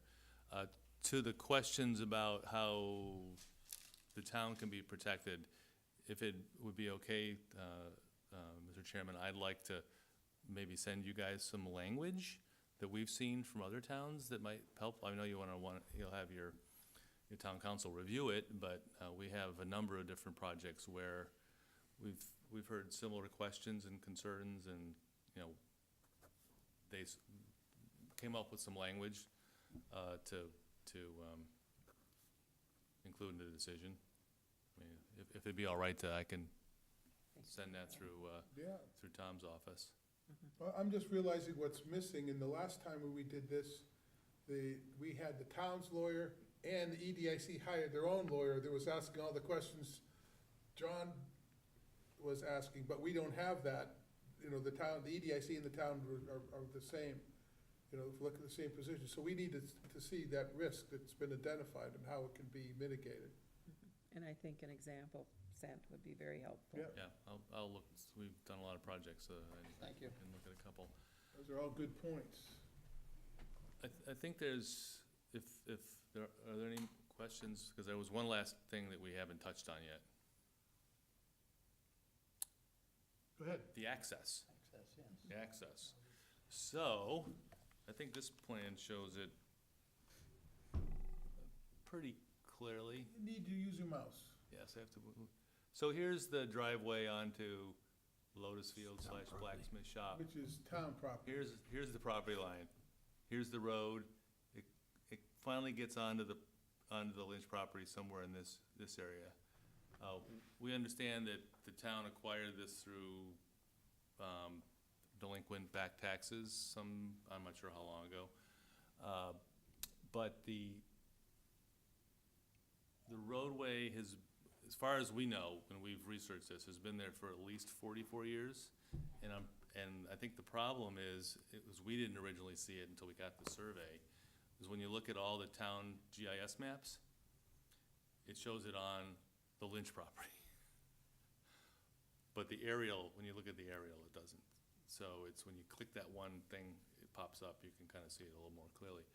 So, as far as access goes and rights to access, you know, I think Mass General Law allows under, you know, the prescription of access, that if you've had access, you know, that hasn't been impacted for 20 years. Yeah, prescriptive easement. It's a prescriptive easement. Now, I don't know how the town wants to handle that. I think, I believe, I happened to bump into town council today on this issue. I think the smartest way to do it, because you have to actually litigate those things to get a prescriptive easement, take it to court, it takes time. It probably just an easement agreement with the town, between you and giving you the right to do it, makes it happen like that. Okay. And that's the way, I think you're gonna hear that from town council, because we were talking about how to solve that problem. You could file, you know, a court case and say it's been driven on for 20 years. That can be appealed. Right. No, I think, we also feel But an easement would be more agreement, if you were appropriate. to meet with the town and get an easement for coming and going, that solves that problem. Okay. John, you got another question? I just want to kind of reiterate what I was asking before about the ponding. I don't know what the groundwater level is out here, but I know there was an accident in this town some years back where some young fellows were playing on a similar situation, and it had ice on it, and they were walking across, and one of the young men died. And I know you wouldn't want to have something like this happen here. I know you got a 7-foot-high fence. When I was 10 years old, a 7-foot-high fence looked like fun, and everything on the other side would look like fun.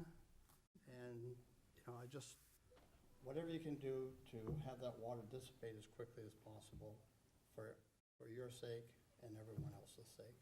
Certainly. Well, And again, I don't know if you have groundwater underneath where it won't dissipate quickly, but there obviously is groundwater, and, you know, one of the reasons why Mr. Lynch has stopped, you know, mining the sand and gravel is because he knows he's getting close to it, and that's just really difficult to work in. So, we have a good idea where that is. Once we do our geotechnical analysis, we'll get a much better idea of where seasonal high groundwater is, although it's hard to tell in sand because it goes up and down so easily, it doesn't sit there. If we have to make any adjustments to these ponds due to that, we will. I just want to make you aware of it and to Oh, thank you. emphasize the concern. Yeah, currently the design shows that for the 25-year, 1-hour storm of 2.5 inches, which is the, the town's requirement, that these ponds all drain in 24 hours. Okay. So once the rain starts, in rain, the curve is like this. It's almost a bell curve. And by the time you get to 24 hours, it's all dissipated. Thank you, thank you. Well, it's a site plan, we don't have to close it. That's right. If I may, we've had a number of discussions in-house with town council about the access. So we are working with Borrego and Company to come up with an eloquent solution for the access across the town's parcel. So I don't think we're quite ready to close the hearing until we've got that information from council about how we're going to deal with that access issue. We can also have that conversation with council about some of the other assurances that Mr. Drewley was concerned about and see what sort of latitude we may have there as well. As we talk about, we have decommissioning bonds for solar and for marijuana facilities and things like that. We don't have them for shopping centers and things like that. And to Mr. Drewley's point, you can reuse a shopping center building for something else. But it is sort of a specialty of these type of things that there's decommissioning bonds that come with them. That tax agreement also that we talked about will certainly be looking through those as well. They're called pilot agreements. Payment in lieu of, but you're not actually waiving any taxes. It's typically a tax agreement where the developer just wants a steady stream of money he's paying out, because usually those assets are valued high up front and they taper off. So usually those tax agreements are about just having a stable dollar amount throughout the life of that taxation. So we've got a couple things we're still working through on the access, and we hope to have that sorted out by our meeting on the 28th. So do you think we should be looking forward to having a discussion again on the 28th? I think that we would be, if the board asks staff to prepare a positive motion, we'll be working on that. But in the interim, we've still got this sort of access that, frankly, everybody, you look at the maps and it clearly looks like it's on that property. But we've already had these initial conversations and I've reached out to Borrego about sorting out how do we get to that. So we were happy to put together a draft motion.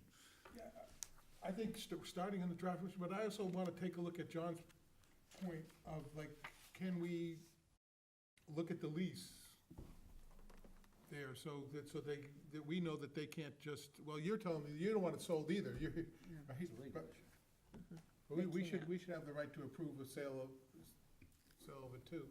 You have, I believe, one of the requirements was, in our submission, was a copy of the lease. I mean, you should have a copy of that right now. It's been redacted for the monies that we're paying the Lynches, but other than that, it should have all the information you'd want. It talks about the decommissioning, the removal of the system is a requirement of the lease, and then there's obviously, there's a twofold surety with the bond that we'll submit whenever the town wants that submitted by. Who are we gonna get when we were doing this for the town on the landfill? We had our own attorney that came and explained all this to us just from our point of view, from the town's point of view.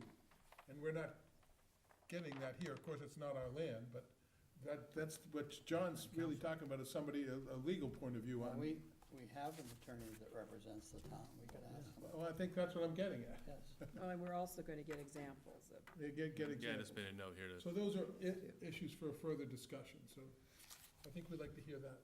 Would it be useful, this is the first time that Falmouth is doing something with a complete third party, but it's not the first time around the state. Would it be useful to find out what other towns in the similar circumstance have written in as conditions?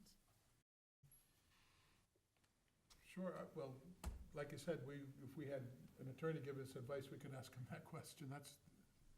Or do that research? I don't, it would be a likely thing to do. I think it'll be helpful. Yeah, when he sends To- us paperwork. Yeah, well, let's Yeah, take a look I at mean, the it's- Yes. paperwork and then see what questions we come up with. But in any case, if we have a start on a draft agreement for the 28th, with blanks to be filled in, it gives us a start. When does their time run out? July 11th. So we've got plenty of time. So let's try to stay on that time clock. Yes, July 11th. Yeah, I think that we're in pretty good shape as far as that goes. And said these aren't unique developments anymore. As they pointed out, there's many of them, our bylaw is drafted as based on the state's model bylaw. And so the provisions that are put in there have been pretty well, reviewed through time, but with the suggestion of Mr. Albrecht to send us some examples of what other towns have done and look at that, we'll craft something together. And like I said, we're having this ongoing conversation with our council about the access as well, and we'll roll the rest of that into it as well when Frank and I meet. Maybe later this week, I'm not sure what his schedule is, but we've had a couple of conversations, emails between the Selectman's office, council, and my office as well. So we have council engaged on looking at the project. All right, So if I might, there's when is the first meeting you have in June? Because Zach Farks, the developer, I know you've met him before, he's not available on the 28th. What's your first meeting in June? Is it the 4th? Second and fourth Second and 4th, so that'd be the Tuesday, 11th? so that is June 11th.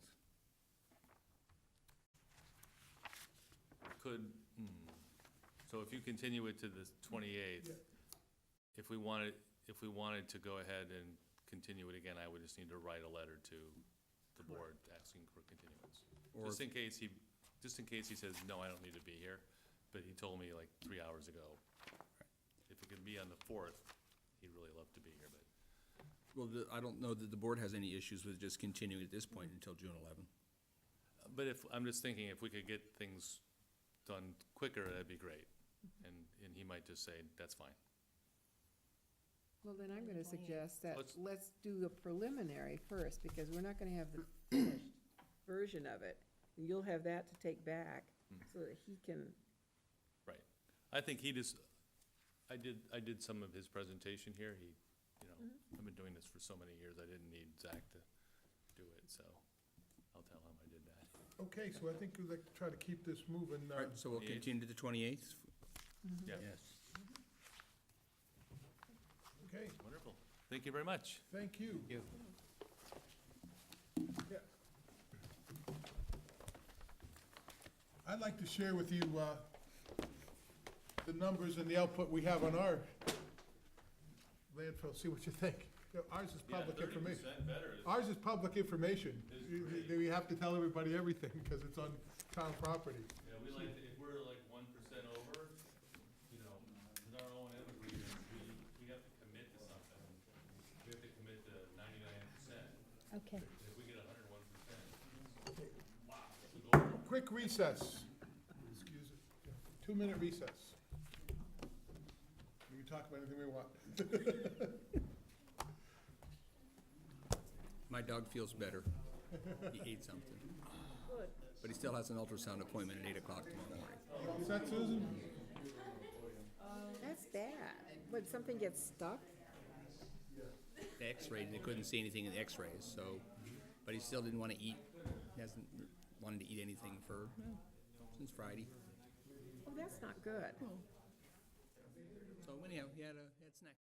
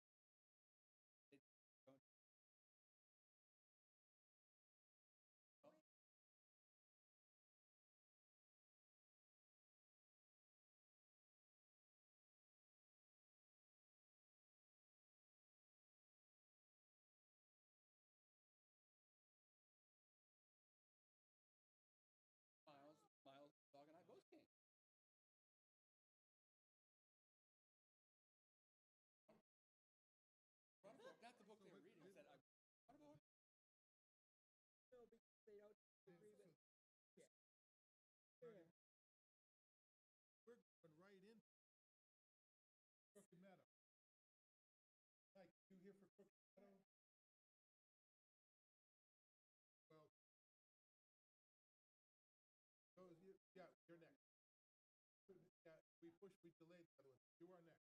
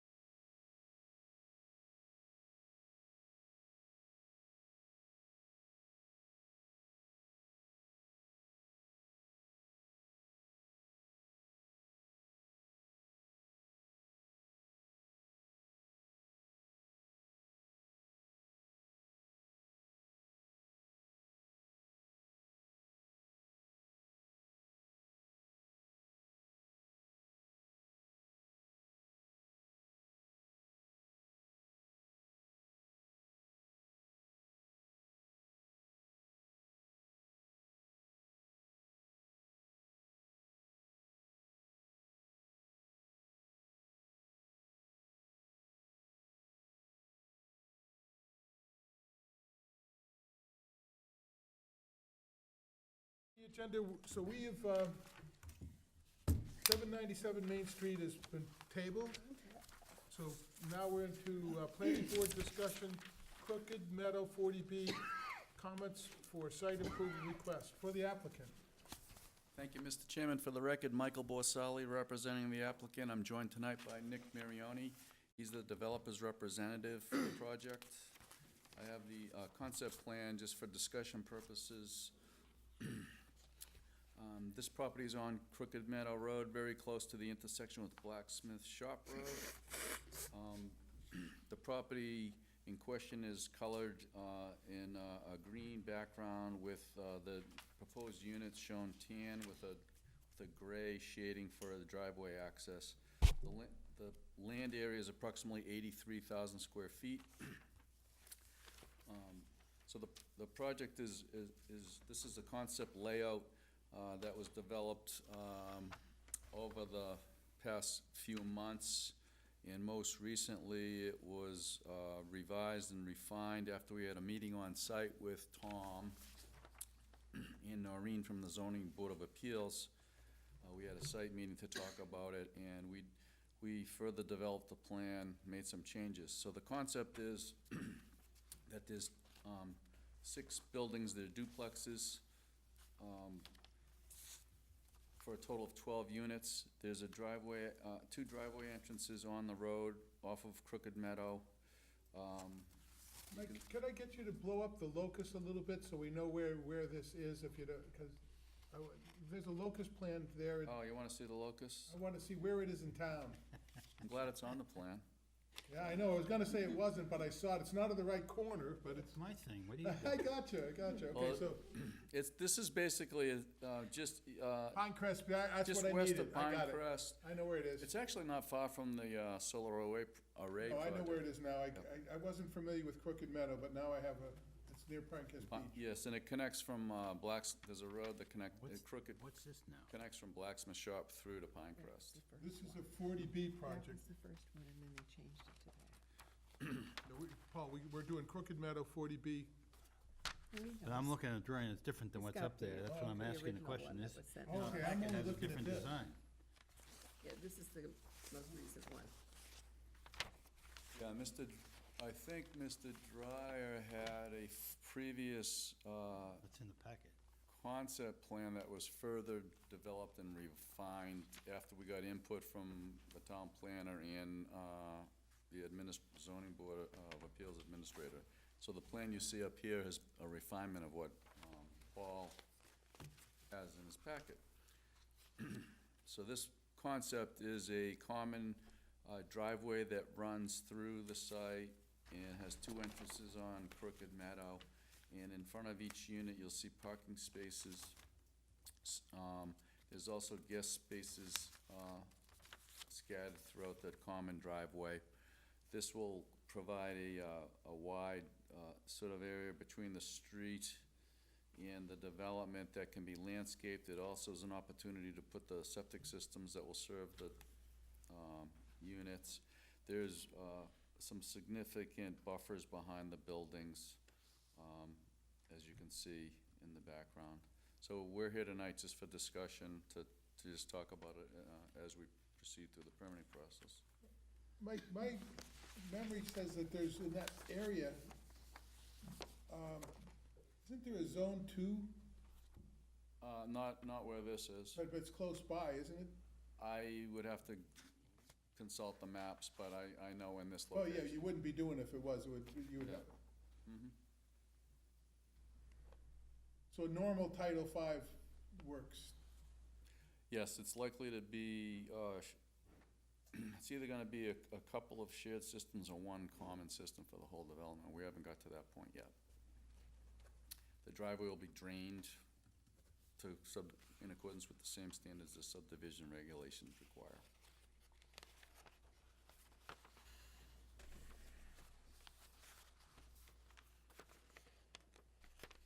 How many units per acre?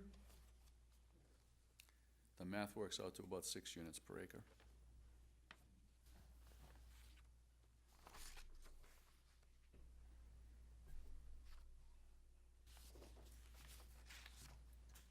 I mean, we're not approving this, we're just we're just reviewing it and giving comments on it, right?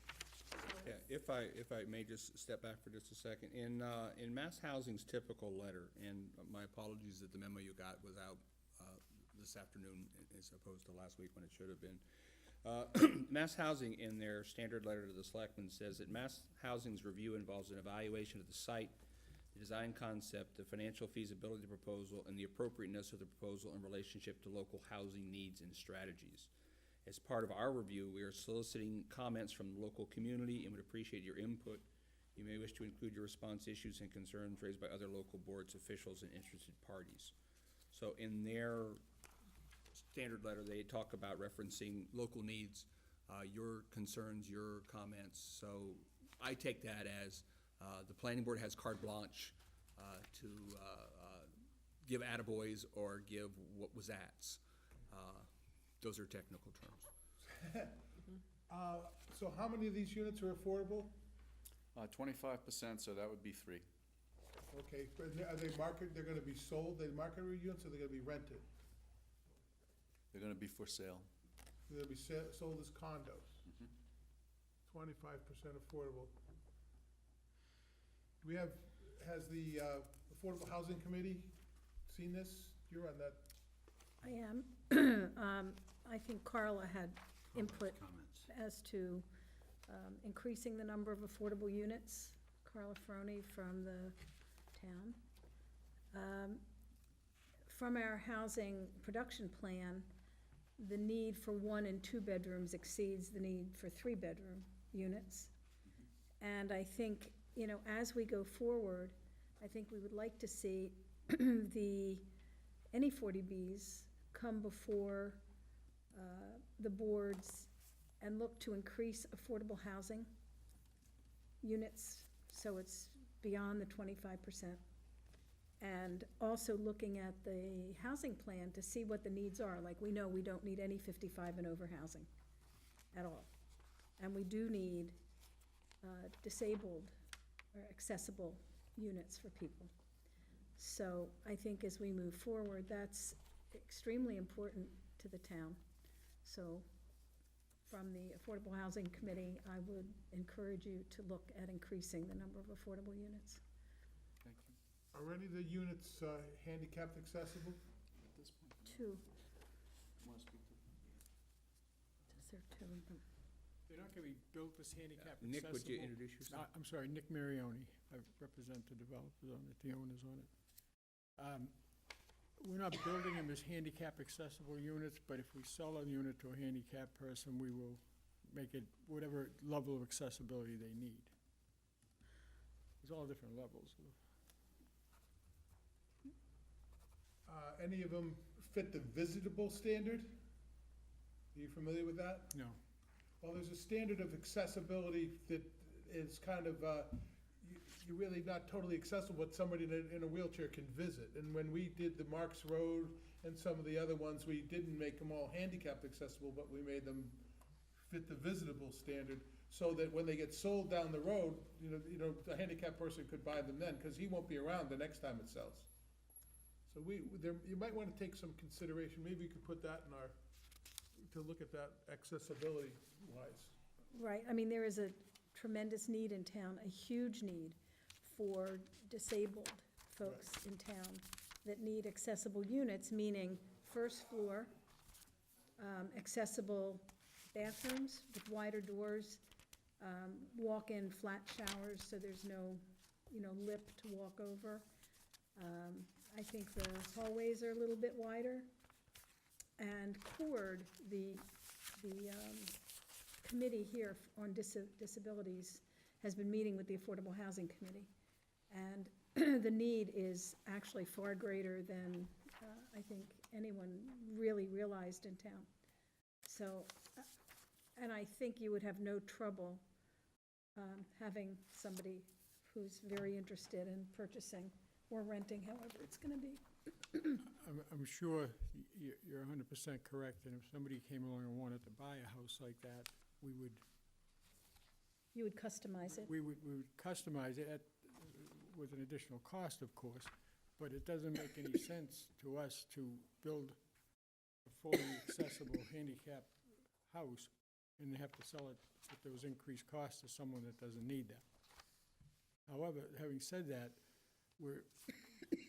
what we're doing here is keeping these units very small, around 1,200 to 1,250 square feet, so that we can keep them at a price point that they're almost entry-level. They're not affordable, but they are entry-level housing. We're hoping to come in around $330,000 to $340,000 for a new house. That's, to make them more expensive would change that. But we are listening to what you have to say, and hopefully we'll get some people who, that's their price point, and we can work with them as buyers for handicap units. Have you got something going on? Yeah, I've got a number of things, actually. I did read through the application. First of all, I want to say that I like this plan far better than the first one. This just makes so much more sense, particularly if you're having 3-bedroom units in here. You're going to have children. That's a beautiful playing field there. There's some open space there where kids can enjoy themselves. I don't care whether there's a septic system underneath. Okay, so having said that, though, in the application, and as far as handicap accessibility, all one floor is fabulous for that. It's just the access, the doorway size, pretty much, that we'd be looking at here for that portion of it. But in the 40B application, the number 2 was crossed out as far as bedroom goes, and handwritten was 3, but somewhere in the application it also says, well, maybe, maybe not. So there seemed to be no decision as to whether it was going to be a 2 or a 3-bedroom. 3-bedroom, if we can, so I didn't understand that. That's one thing. Yeah. You want me to address that now, or you want me to wait? Please, go ahead, address that. I'm not sure really what you're talking about. I know that it was called to my attention that there was a conflict between what I put in the application, what I put in the narrative, 2-bedroom Yes. versus 3-bedroom. And the cross-out was, when I was submitting it, I didn't have time to go back and change it on the computer, so I crossed it out and changed it. Okay, I'm just telling you, there's an Yeah. inconsistency in there in the wording. The other thing is there's an inconsistency as to the purchase and the selling price. The selling price is a good bit higher than what was stated in the 40B application. What, 61,000 higher, I think? Purchase and selling? The purchase price in the application was stated at $350,000 for the land, unless I misread that, which is possible. And the PNS stated the purchase price, if you will, so we get it all on the same 415. terms, as 416, I believe. 415. And the reason for 415, that okay. is there's a separate lot. How do you do this?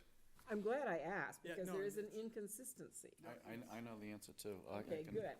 Well, part of the acquisition included the lot, I'm gonna zoom in on, at the corner of Crooked Meadow and Blacksmith Shop, this lot known as 137, which is separate and distinct. There's a open space strip in between these, so they're not contiguous.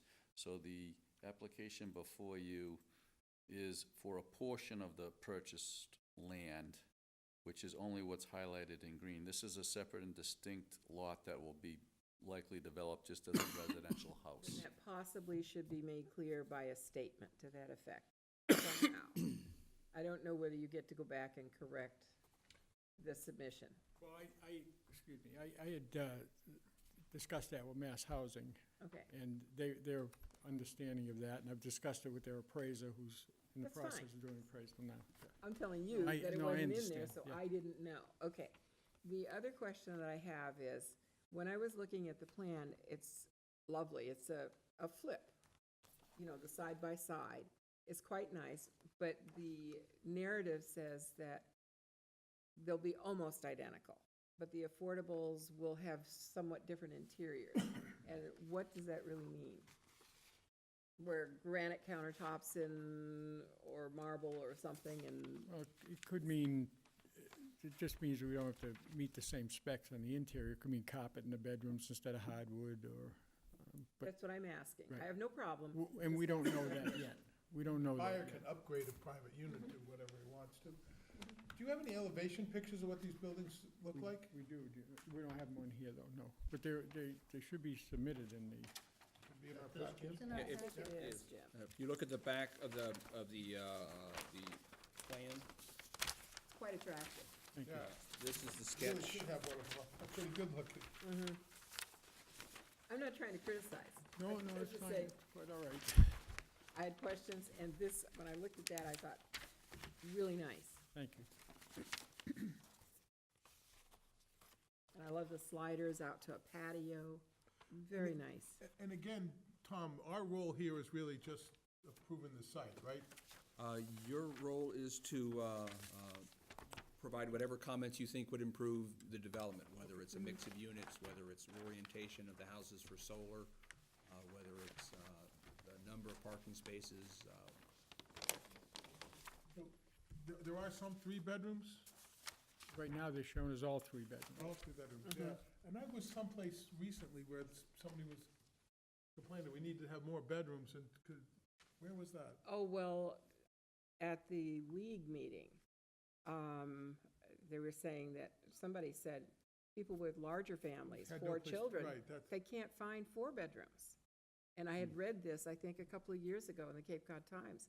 4-bedroom rentals, and I don't even know about reasonably priced for sale, but I assume the same thing goes for them. They can't find them. But three works, I mean, two's real hard to double the kids up, but, I shared bedrooms as a kid, so. Hey, my kids Yeah. shared until they got too old to share, but, you know. I got that. Paul? Yeah, I'm looking at this staff report dated May 14th, and it talks about 16 units, 8 buildings. Obviously, we're talking about 12 units and But 4 buildings. that's Wild Harbor, so that's the next one. one. This Crooked Meadow. Yeah, so we start off with Crooked Meadow on 1, we get to page 2, about halfway down, we switch to Wild Harbor.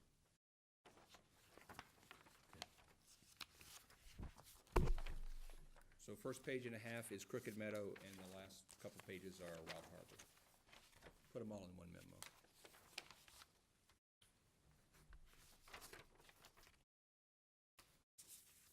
John? You talked about handicap accessible unit. If someone purchases it, you'll convert it, make it handicap accessible. What happens if one of the lottery winners is a handicapped individual? I'm sorry, what happens if what? If One of the 3 lottery units, if the lottery winner is a handicapped person, will the applicant be willing to convert that unit into a handicap accessible unit? we'll have to, yes, Okay, so that's a yes? yes. Okay. And the second question is, when you set up the homeowners association, will the lottery winning units, the deed restricted units, be paying the same condominium fee, or will it be price adjusted? One or the other. We're not sure yet.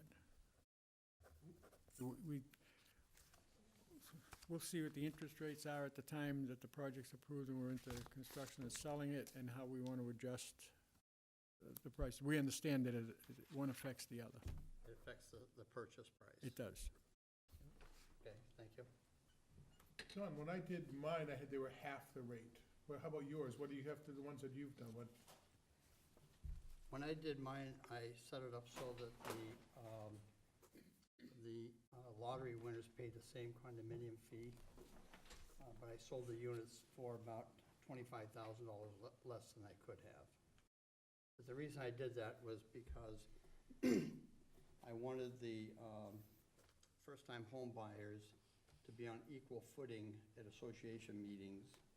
And even though they should be anyway, I didn't want them to be looked down upon by people that are paying $400 a month and they're paying $150 a month, or $200 and $100. So I reduced the price for the first-time home buyers, and they pay equal amounts of condo fees. And- For the developer, it's optional. right. Most of the instances I've seen, they've reduced the price of the house to cover the cost of the homeowners association. Okay. Because the number gets back to, So the finance, basically, the Then- mortgage payment would Yeah, be adjusted to make up the difference. yeah, the number, as you know, gets That's back the way to, to do it. And can I make one other comment? So with condominiums, typically, families don't like living in condominiums. But with 3-bedroom units, you'll give your first-time home buyers an opportunity to have enough bedrooms and entice them to want to purchase these units. Because condominiums are difficult to sell for first-time home buyers. We're hoping this price point is a little different than that, but I agree with you generally And the speaking. 3 yeah. bedrooms would be helpful. Yes. Thank you. So what's the product, the work product of this meeting? you guys tell them what you'd like to see, and we forward that information on to Mass Housing. As I pointed out in my memo, the things that we've talked about at the staff level and the shared staff level is design the development to look more like what's across the street, diversify the mix of units, requesting some 2-bedroom units, potential reduction in parking, replace the 2 parking fields as we saw from the initial development, replace those 2 parking fields from the initial development with the loop drive, and you're seeing the loop drive here. Energy efficient units. One of the criticisms that I have of the 40B process is when they get into the application, they say, what are you gonna do to make these more energy efficient?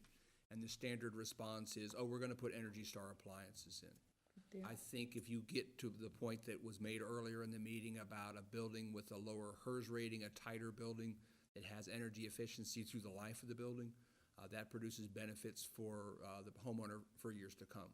So it's not just I got a dishwasher that uses less juice, I have a tighter building because I've got better insulation, better windows and things like that to produce those But don't benefits. they have to do that now as part of the regular building code? They approach the building code, but, you know, in the absence of a stretch code, you don't have to get those HERS ratings that you would see in a stretch code community. So I'm asking, instead of just sort of mailing it in to say they're gonna get a dishwasher that uses less electricity, from my perspective, building a house that's tighter with a lower HERS rating produces better benefits. But they don't get away with the building code. They have to test the infiltration of the house just like any other new home does, right? They put a fan on it, they take the pressure and see the air coming in, that's all, that's the HERS rating, that, they have to meet that standard. Correct. So my point is, a lower HERS rating is better. So you were saying apply the stretch code, just not the standard building code? Because when you look at the application and the check boxes in there, it almost always says universally the same thing. Yeah, we're gonna get Energy Star appliances, but I think we can do better than that. I also talked about how, look at, and we've had this conversation with folks coming in the door who haven't actually submitted anything, about looking at opportunities to orient the buildings better for solar as well. So obviously, when you've got buildings in, 3 different directions, that's not gonna work out for all of them. Some will, some won't. And we also talked about units in 3 and 4 on lots 141, which are to the far right over there. Those back up to power easements out back, so there's a way to pull those a bit further away from that property line. I think that is a nice touch as well. So you're saying that these comments that you've made in the memo addressed to us now will go forward to mass housing? Those are comments generated in-house. Those are the ones that I pointed out from our site visit, those things that I've shared, because we have an internal discussion as well with staff. And so the fire department usually chimes in on those and says, yeah, we don't have any issue with the cul-de-sacs or the turnarounds and things like that. But this will now go forward to, from the board to mass housing, is that correct? So this will carry forward with the paperwork to them, so they'll see it. Right, so all the comments that are collected, the planning board's comments, staff's comments, all go into a draft letter to the selectmen, who send that back to mass housing and say, here's what we'd love to see out of your development. But the comprehensive permit still comes from the zoning board of appeals at the Correct. end of the day. This is just the letter, this is the preliminary stuff, going to mass housing and the selectmen saying, yeah, the town gives approval for it, but then the real issue goes in from the ZBA and they start over again with our comments in the background. Absolutely. In the case of Crooked Meadow that we're talking about right now, this is at the very beginning of the process where they're looking for a site approval letter. This is the very first step. If you don't get a site approval letter, which very rarely happens, you don't have a 40B. But that site approval letter comes from mass housing, right? That site approval letter comes from mass housing in this case. It could be So we're DHCD. commenting to mass housing on that letter. Correct. The second one that we'll talk about, Wild Harbor, has gotten through that process to this point, and we're sending our comments directly to the Zoning Board of Appeals when we get to Wild Does Harbor. everyone feel they've had enough chance to comment on this? Yes, but I'm just curious about the rest of the process. Does mass housing have the authority to enforce any of this? Having seen these comments coming forward collected from the town and sent to them, do they have the authority to now insist upon any part of it? Their letter typically is advisory. We advise the applicant to, work with the town to address the town's concerns. So there's a paper trail, but they don't have the authority to say, you must do this, you will do this. The only thing they have the authority to do is say, we won't issue a site approval letter because of something particular to the site. And in 25 years, I have seen one site approval request turned down because it was a horrible site on a very bad intersection. But for the most part, site approval letters do get issued, and those include the comments from the town that, in a good faith effort, the developer should be addressing, because we talk about, and the mass housing talks about in their letter, consistent with local housing needs. And those things that are consistent with our local housing needs, we have codified in our housing production plan. Right. So those things that are in our housing production Well, plan, they're reiterated here. correct, they go into, to every letter that we put together. Our housing production plan talks about the need for affordables, the need for 1- and 2-bedroom units, a mix of units, different housing types, the handicap accessible units.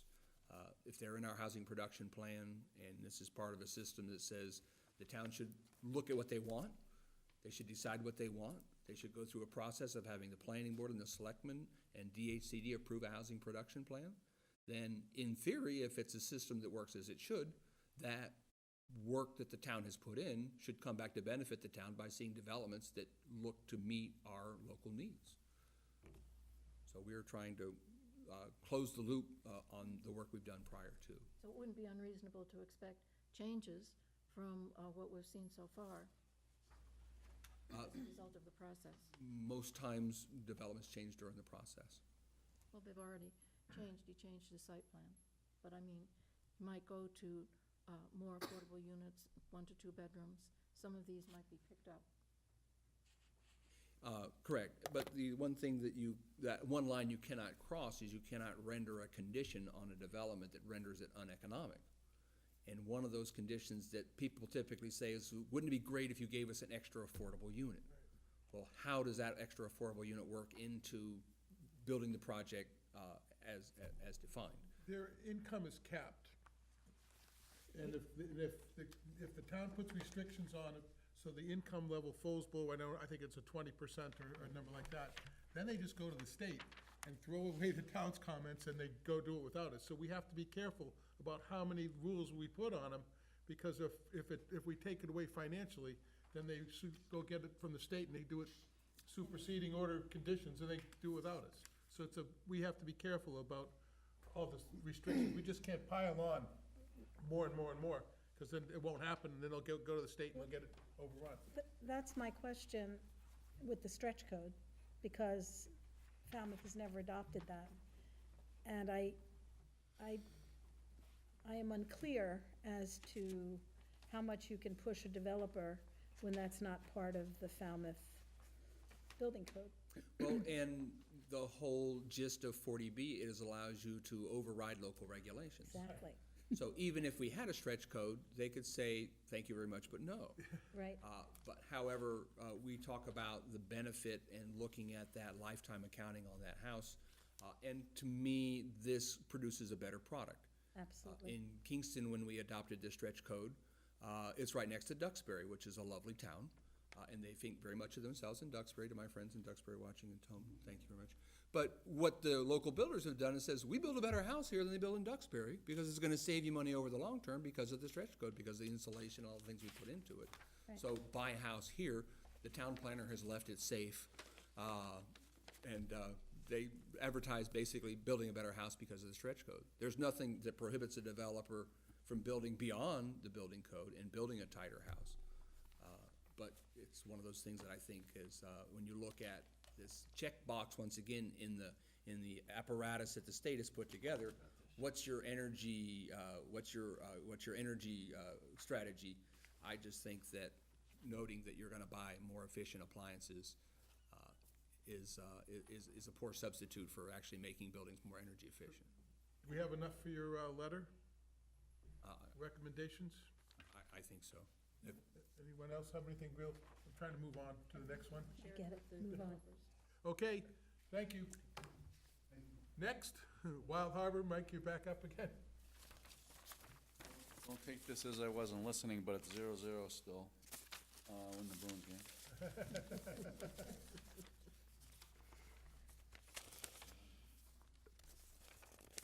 Better rotate this one.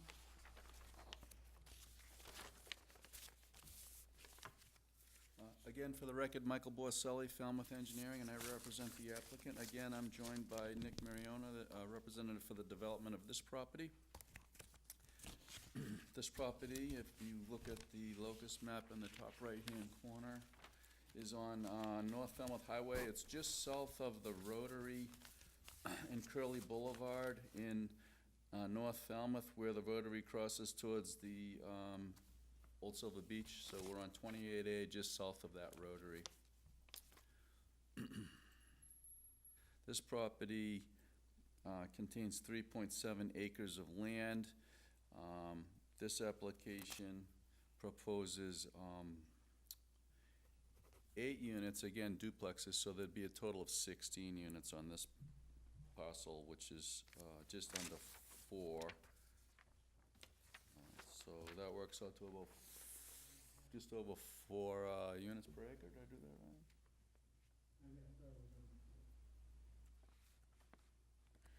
That's It's right. approximately 4 units per acre. And there's this project has already been reviewed by the state and received the letter that you were just referring to. This project has also been discussed with the local departments at the department level in some meetings, including the fire department, the engineering department, planning department, conservation, and health department. And we're working with all of those departments to refine the design, but the comments were all very manageable. For instance, some of the drainage aspects have to be refined with the engineering department. There's some opportunities to link up through a path system that exists out on the town-owned land in this area from our play area that's shown on the plan. Things at that level are being worked on as we speak. We're actually gonna have a neighborhood meeting with the abutters this coming Saturday to just review the project with them and get some feedback from them, just to act in good faith. How long is that road? I'm gonna have to zoom in.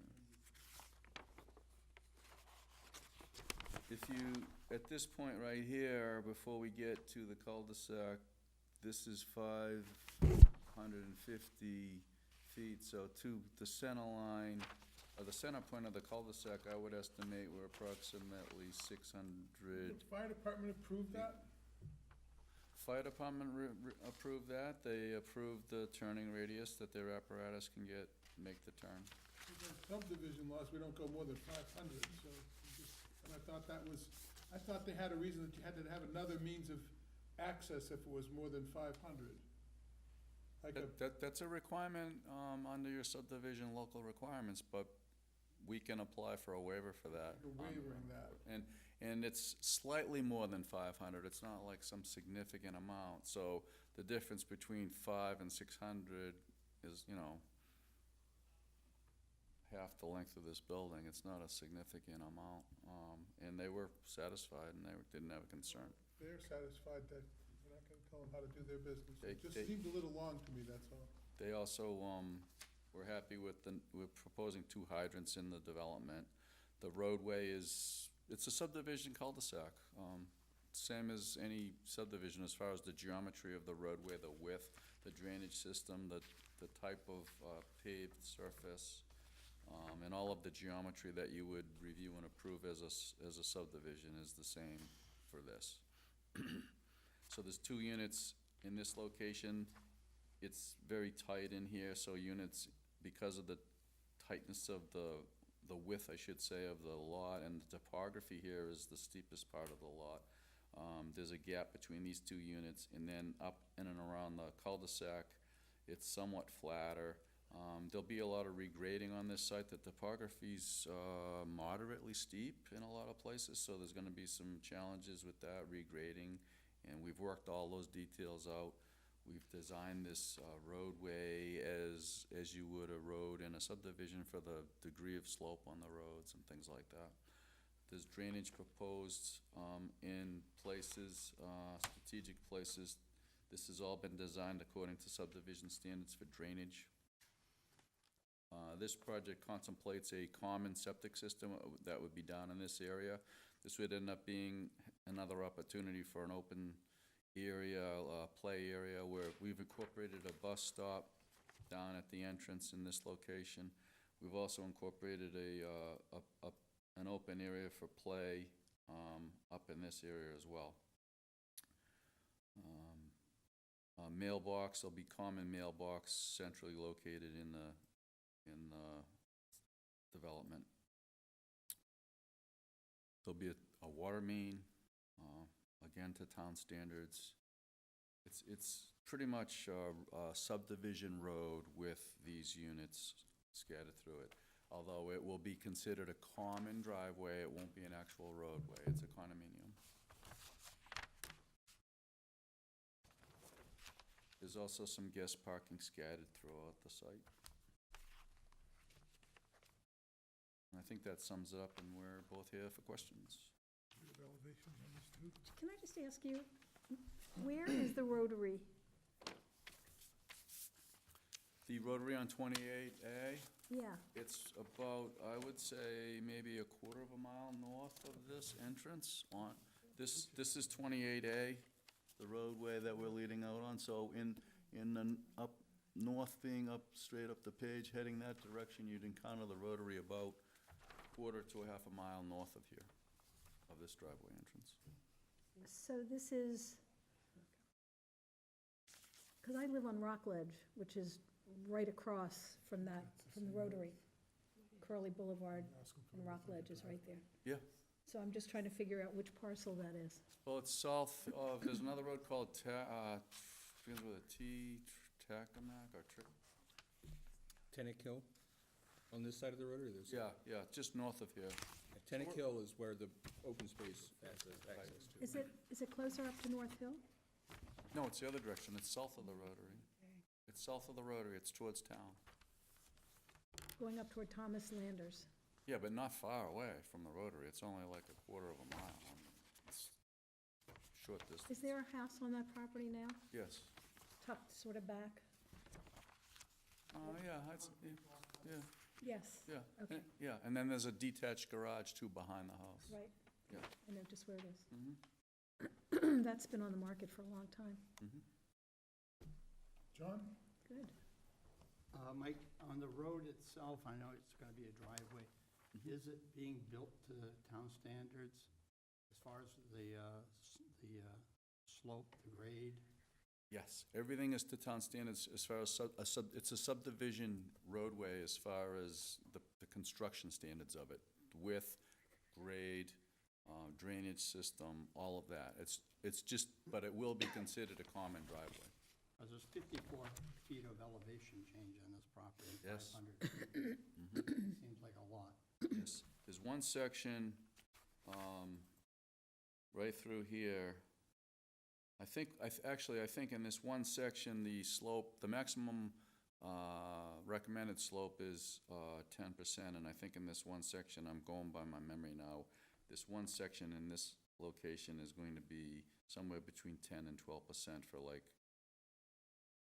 about 150 feet, but that is only in that one section. And the town engineer reviewed this and saw no issue with that over a short distance like that. And what are you doing about the septic? The septic's gonna be a common system. It's gonna be a pressure distribution system. This blue rectangle represents the field. In this location will be where the septic tanks and pump chambers are, and there'll be a piping system that collects with a series of manholes and pipes that flows by gravity down to this location here. And then it'll be pressure dosing this field. Is it gonna have denitrification? No, there's no proposal for that at the moment. Would it be required in this district if you're doing a subdivision? That, Is it an overlay district? it's in a coastal pond overlay district, but, there are two developments closer to, Wild Harbor, both of which were approved. One was a standard subdivision without the requirement for a D-night, and there was also a 40B development on Old Main Road that was approved by the Zoning Board of Appeals and didn't have a requirement for a denitrifying septic system. So that would be a waiver where we'd be asking for, due to the added cost for the treatment. But in our recommendation, we could recommend a denitrification system. That's certainly a prerogative, yes. Thank you. Have you reached out to any of those abutters yet? We have reached out to them. In fact, we're having a meeting with them Saturday morning. Oh, that's what you're talking about, okay.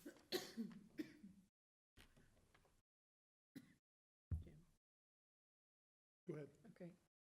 I agree with John. I think we should ask for a D-night system here.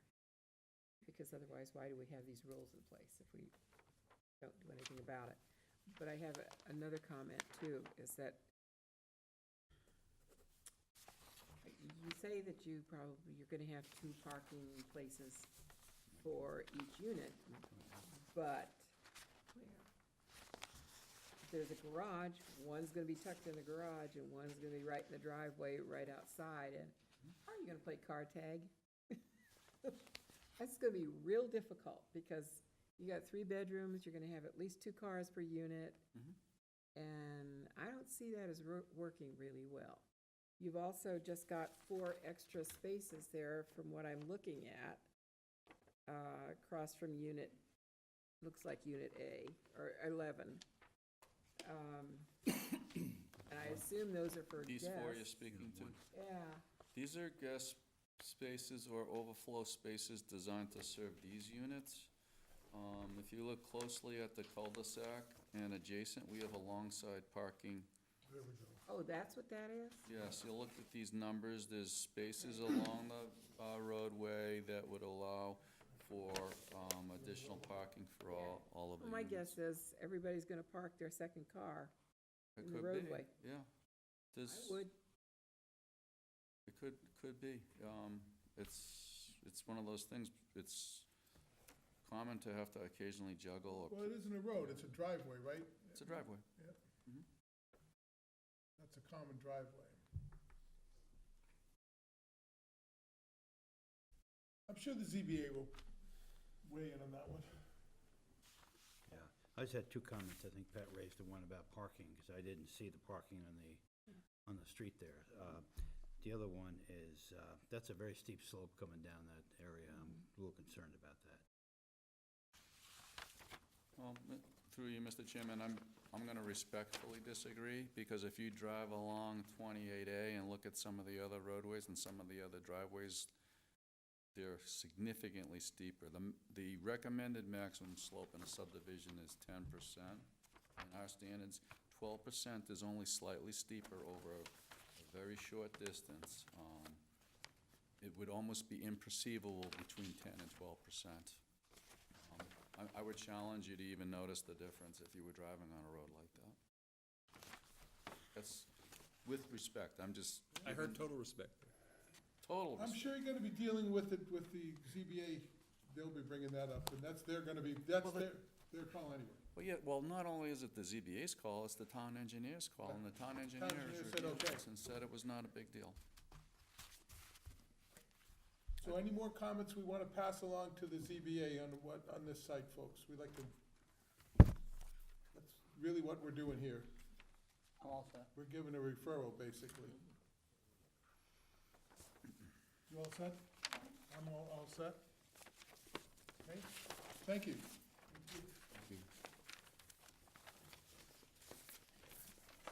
Okay.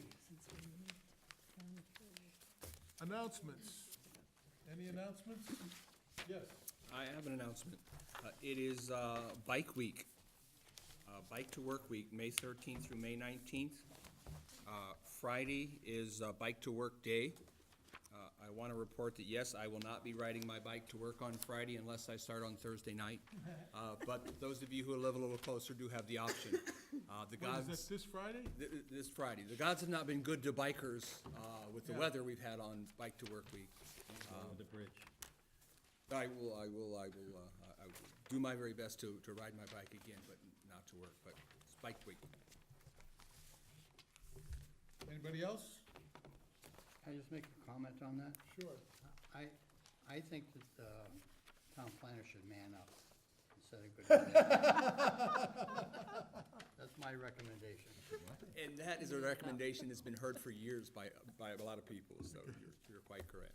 It's only, what, 50 miles, 60 miles? No. It's just, 40. it's an easy ride, there's just one hill in the middle, it's got water on 10% both sides. slope, maybe 12? 10%, I don't even notice the 10% slope when I'm riding up a hill on my bike.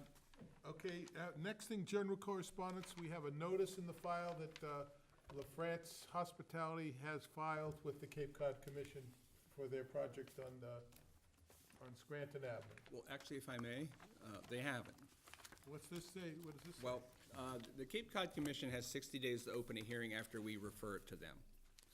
So we have referred this project to the Cape Cod Commission, and when you look at the notice, it says that we are having a procedural hearing. Cape Cod Commission will hold a pro forma hearing for the purpose of procedurally opening a public hearing during the period during the DRI, because they're required within 60 days to open a hearing. The applicant actually hasn't filed anything with the Cape Cod Commission yet. So the clock is ticking with the commission, so they have to open a hearing, but they don't have any plans to review yet. So this hearing on May 24th at 10 a.m. will strictly be procedural. There won't be any testimony. It says, note, the purpose of this hearing is to open the DRI hearing for the project for procedural uses only. No substance presentations be made, no testimony be show up. taken. Don't show up. Right. But the That's the applicant, key. yeah, the It's just- applicant needs to get things Pro into the forma commission. because they have to open it. Correct. And I would like to think, because we had a discussion just recently about how long it takes to get a project approved. And part of that is the applicant's performance. So when we dutifully submitted something to the Cape Cod Commission, the ball is in the applicant's court to move that ball along. So when it gets back to us, we will dutifully keep moving the ball, but right now the ball is just not in play. Okay, next item, future agenda items. No, we were talking about this. Who wanted one? I got one. Okay. Periodically, I report on committees on the Coastal Resiliency Action Committee. And there's a lot of number of things going on that impacts the planning board down the road. I would strongly suggest that we invite some members of the Coastal Resiliency Action Committee to come before this board and talk about what's coming down the road, because it really impacts what the planning board's thinking about in the future. Not only on the local comprehensive plan, but perhaps some some zoning issues, some other issues are gonna come But up. you're not saying a joint meeting, a presentation from them. Talking about a presentation. Okay. I don't think we're ready for joint meetings, Yeah. because you don't have a lot of detail. Right. But I think it's time to have a presentation on what that committee is doing. You got that? Is that in the near future? Anybody else? Charlotte? I'd asked some time ago that we have a discussion on design standards, Still in the pipeline? yep, for the agenda. Yep. And, well, we don't have committee, we dropped committee reports and other things, but we'll go in more depth next week, or the next meeting. We're trying to speed it up, so I dropped No, off I a few understand, things, so we'll right. come back. That completes our agenda. Move adjournment. Adjourn. Thank you. Second.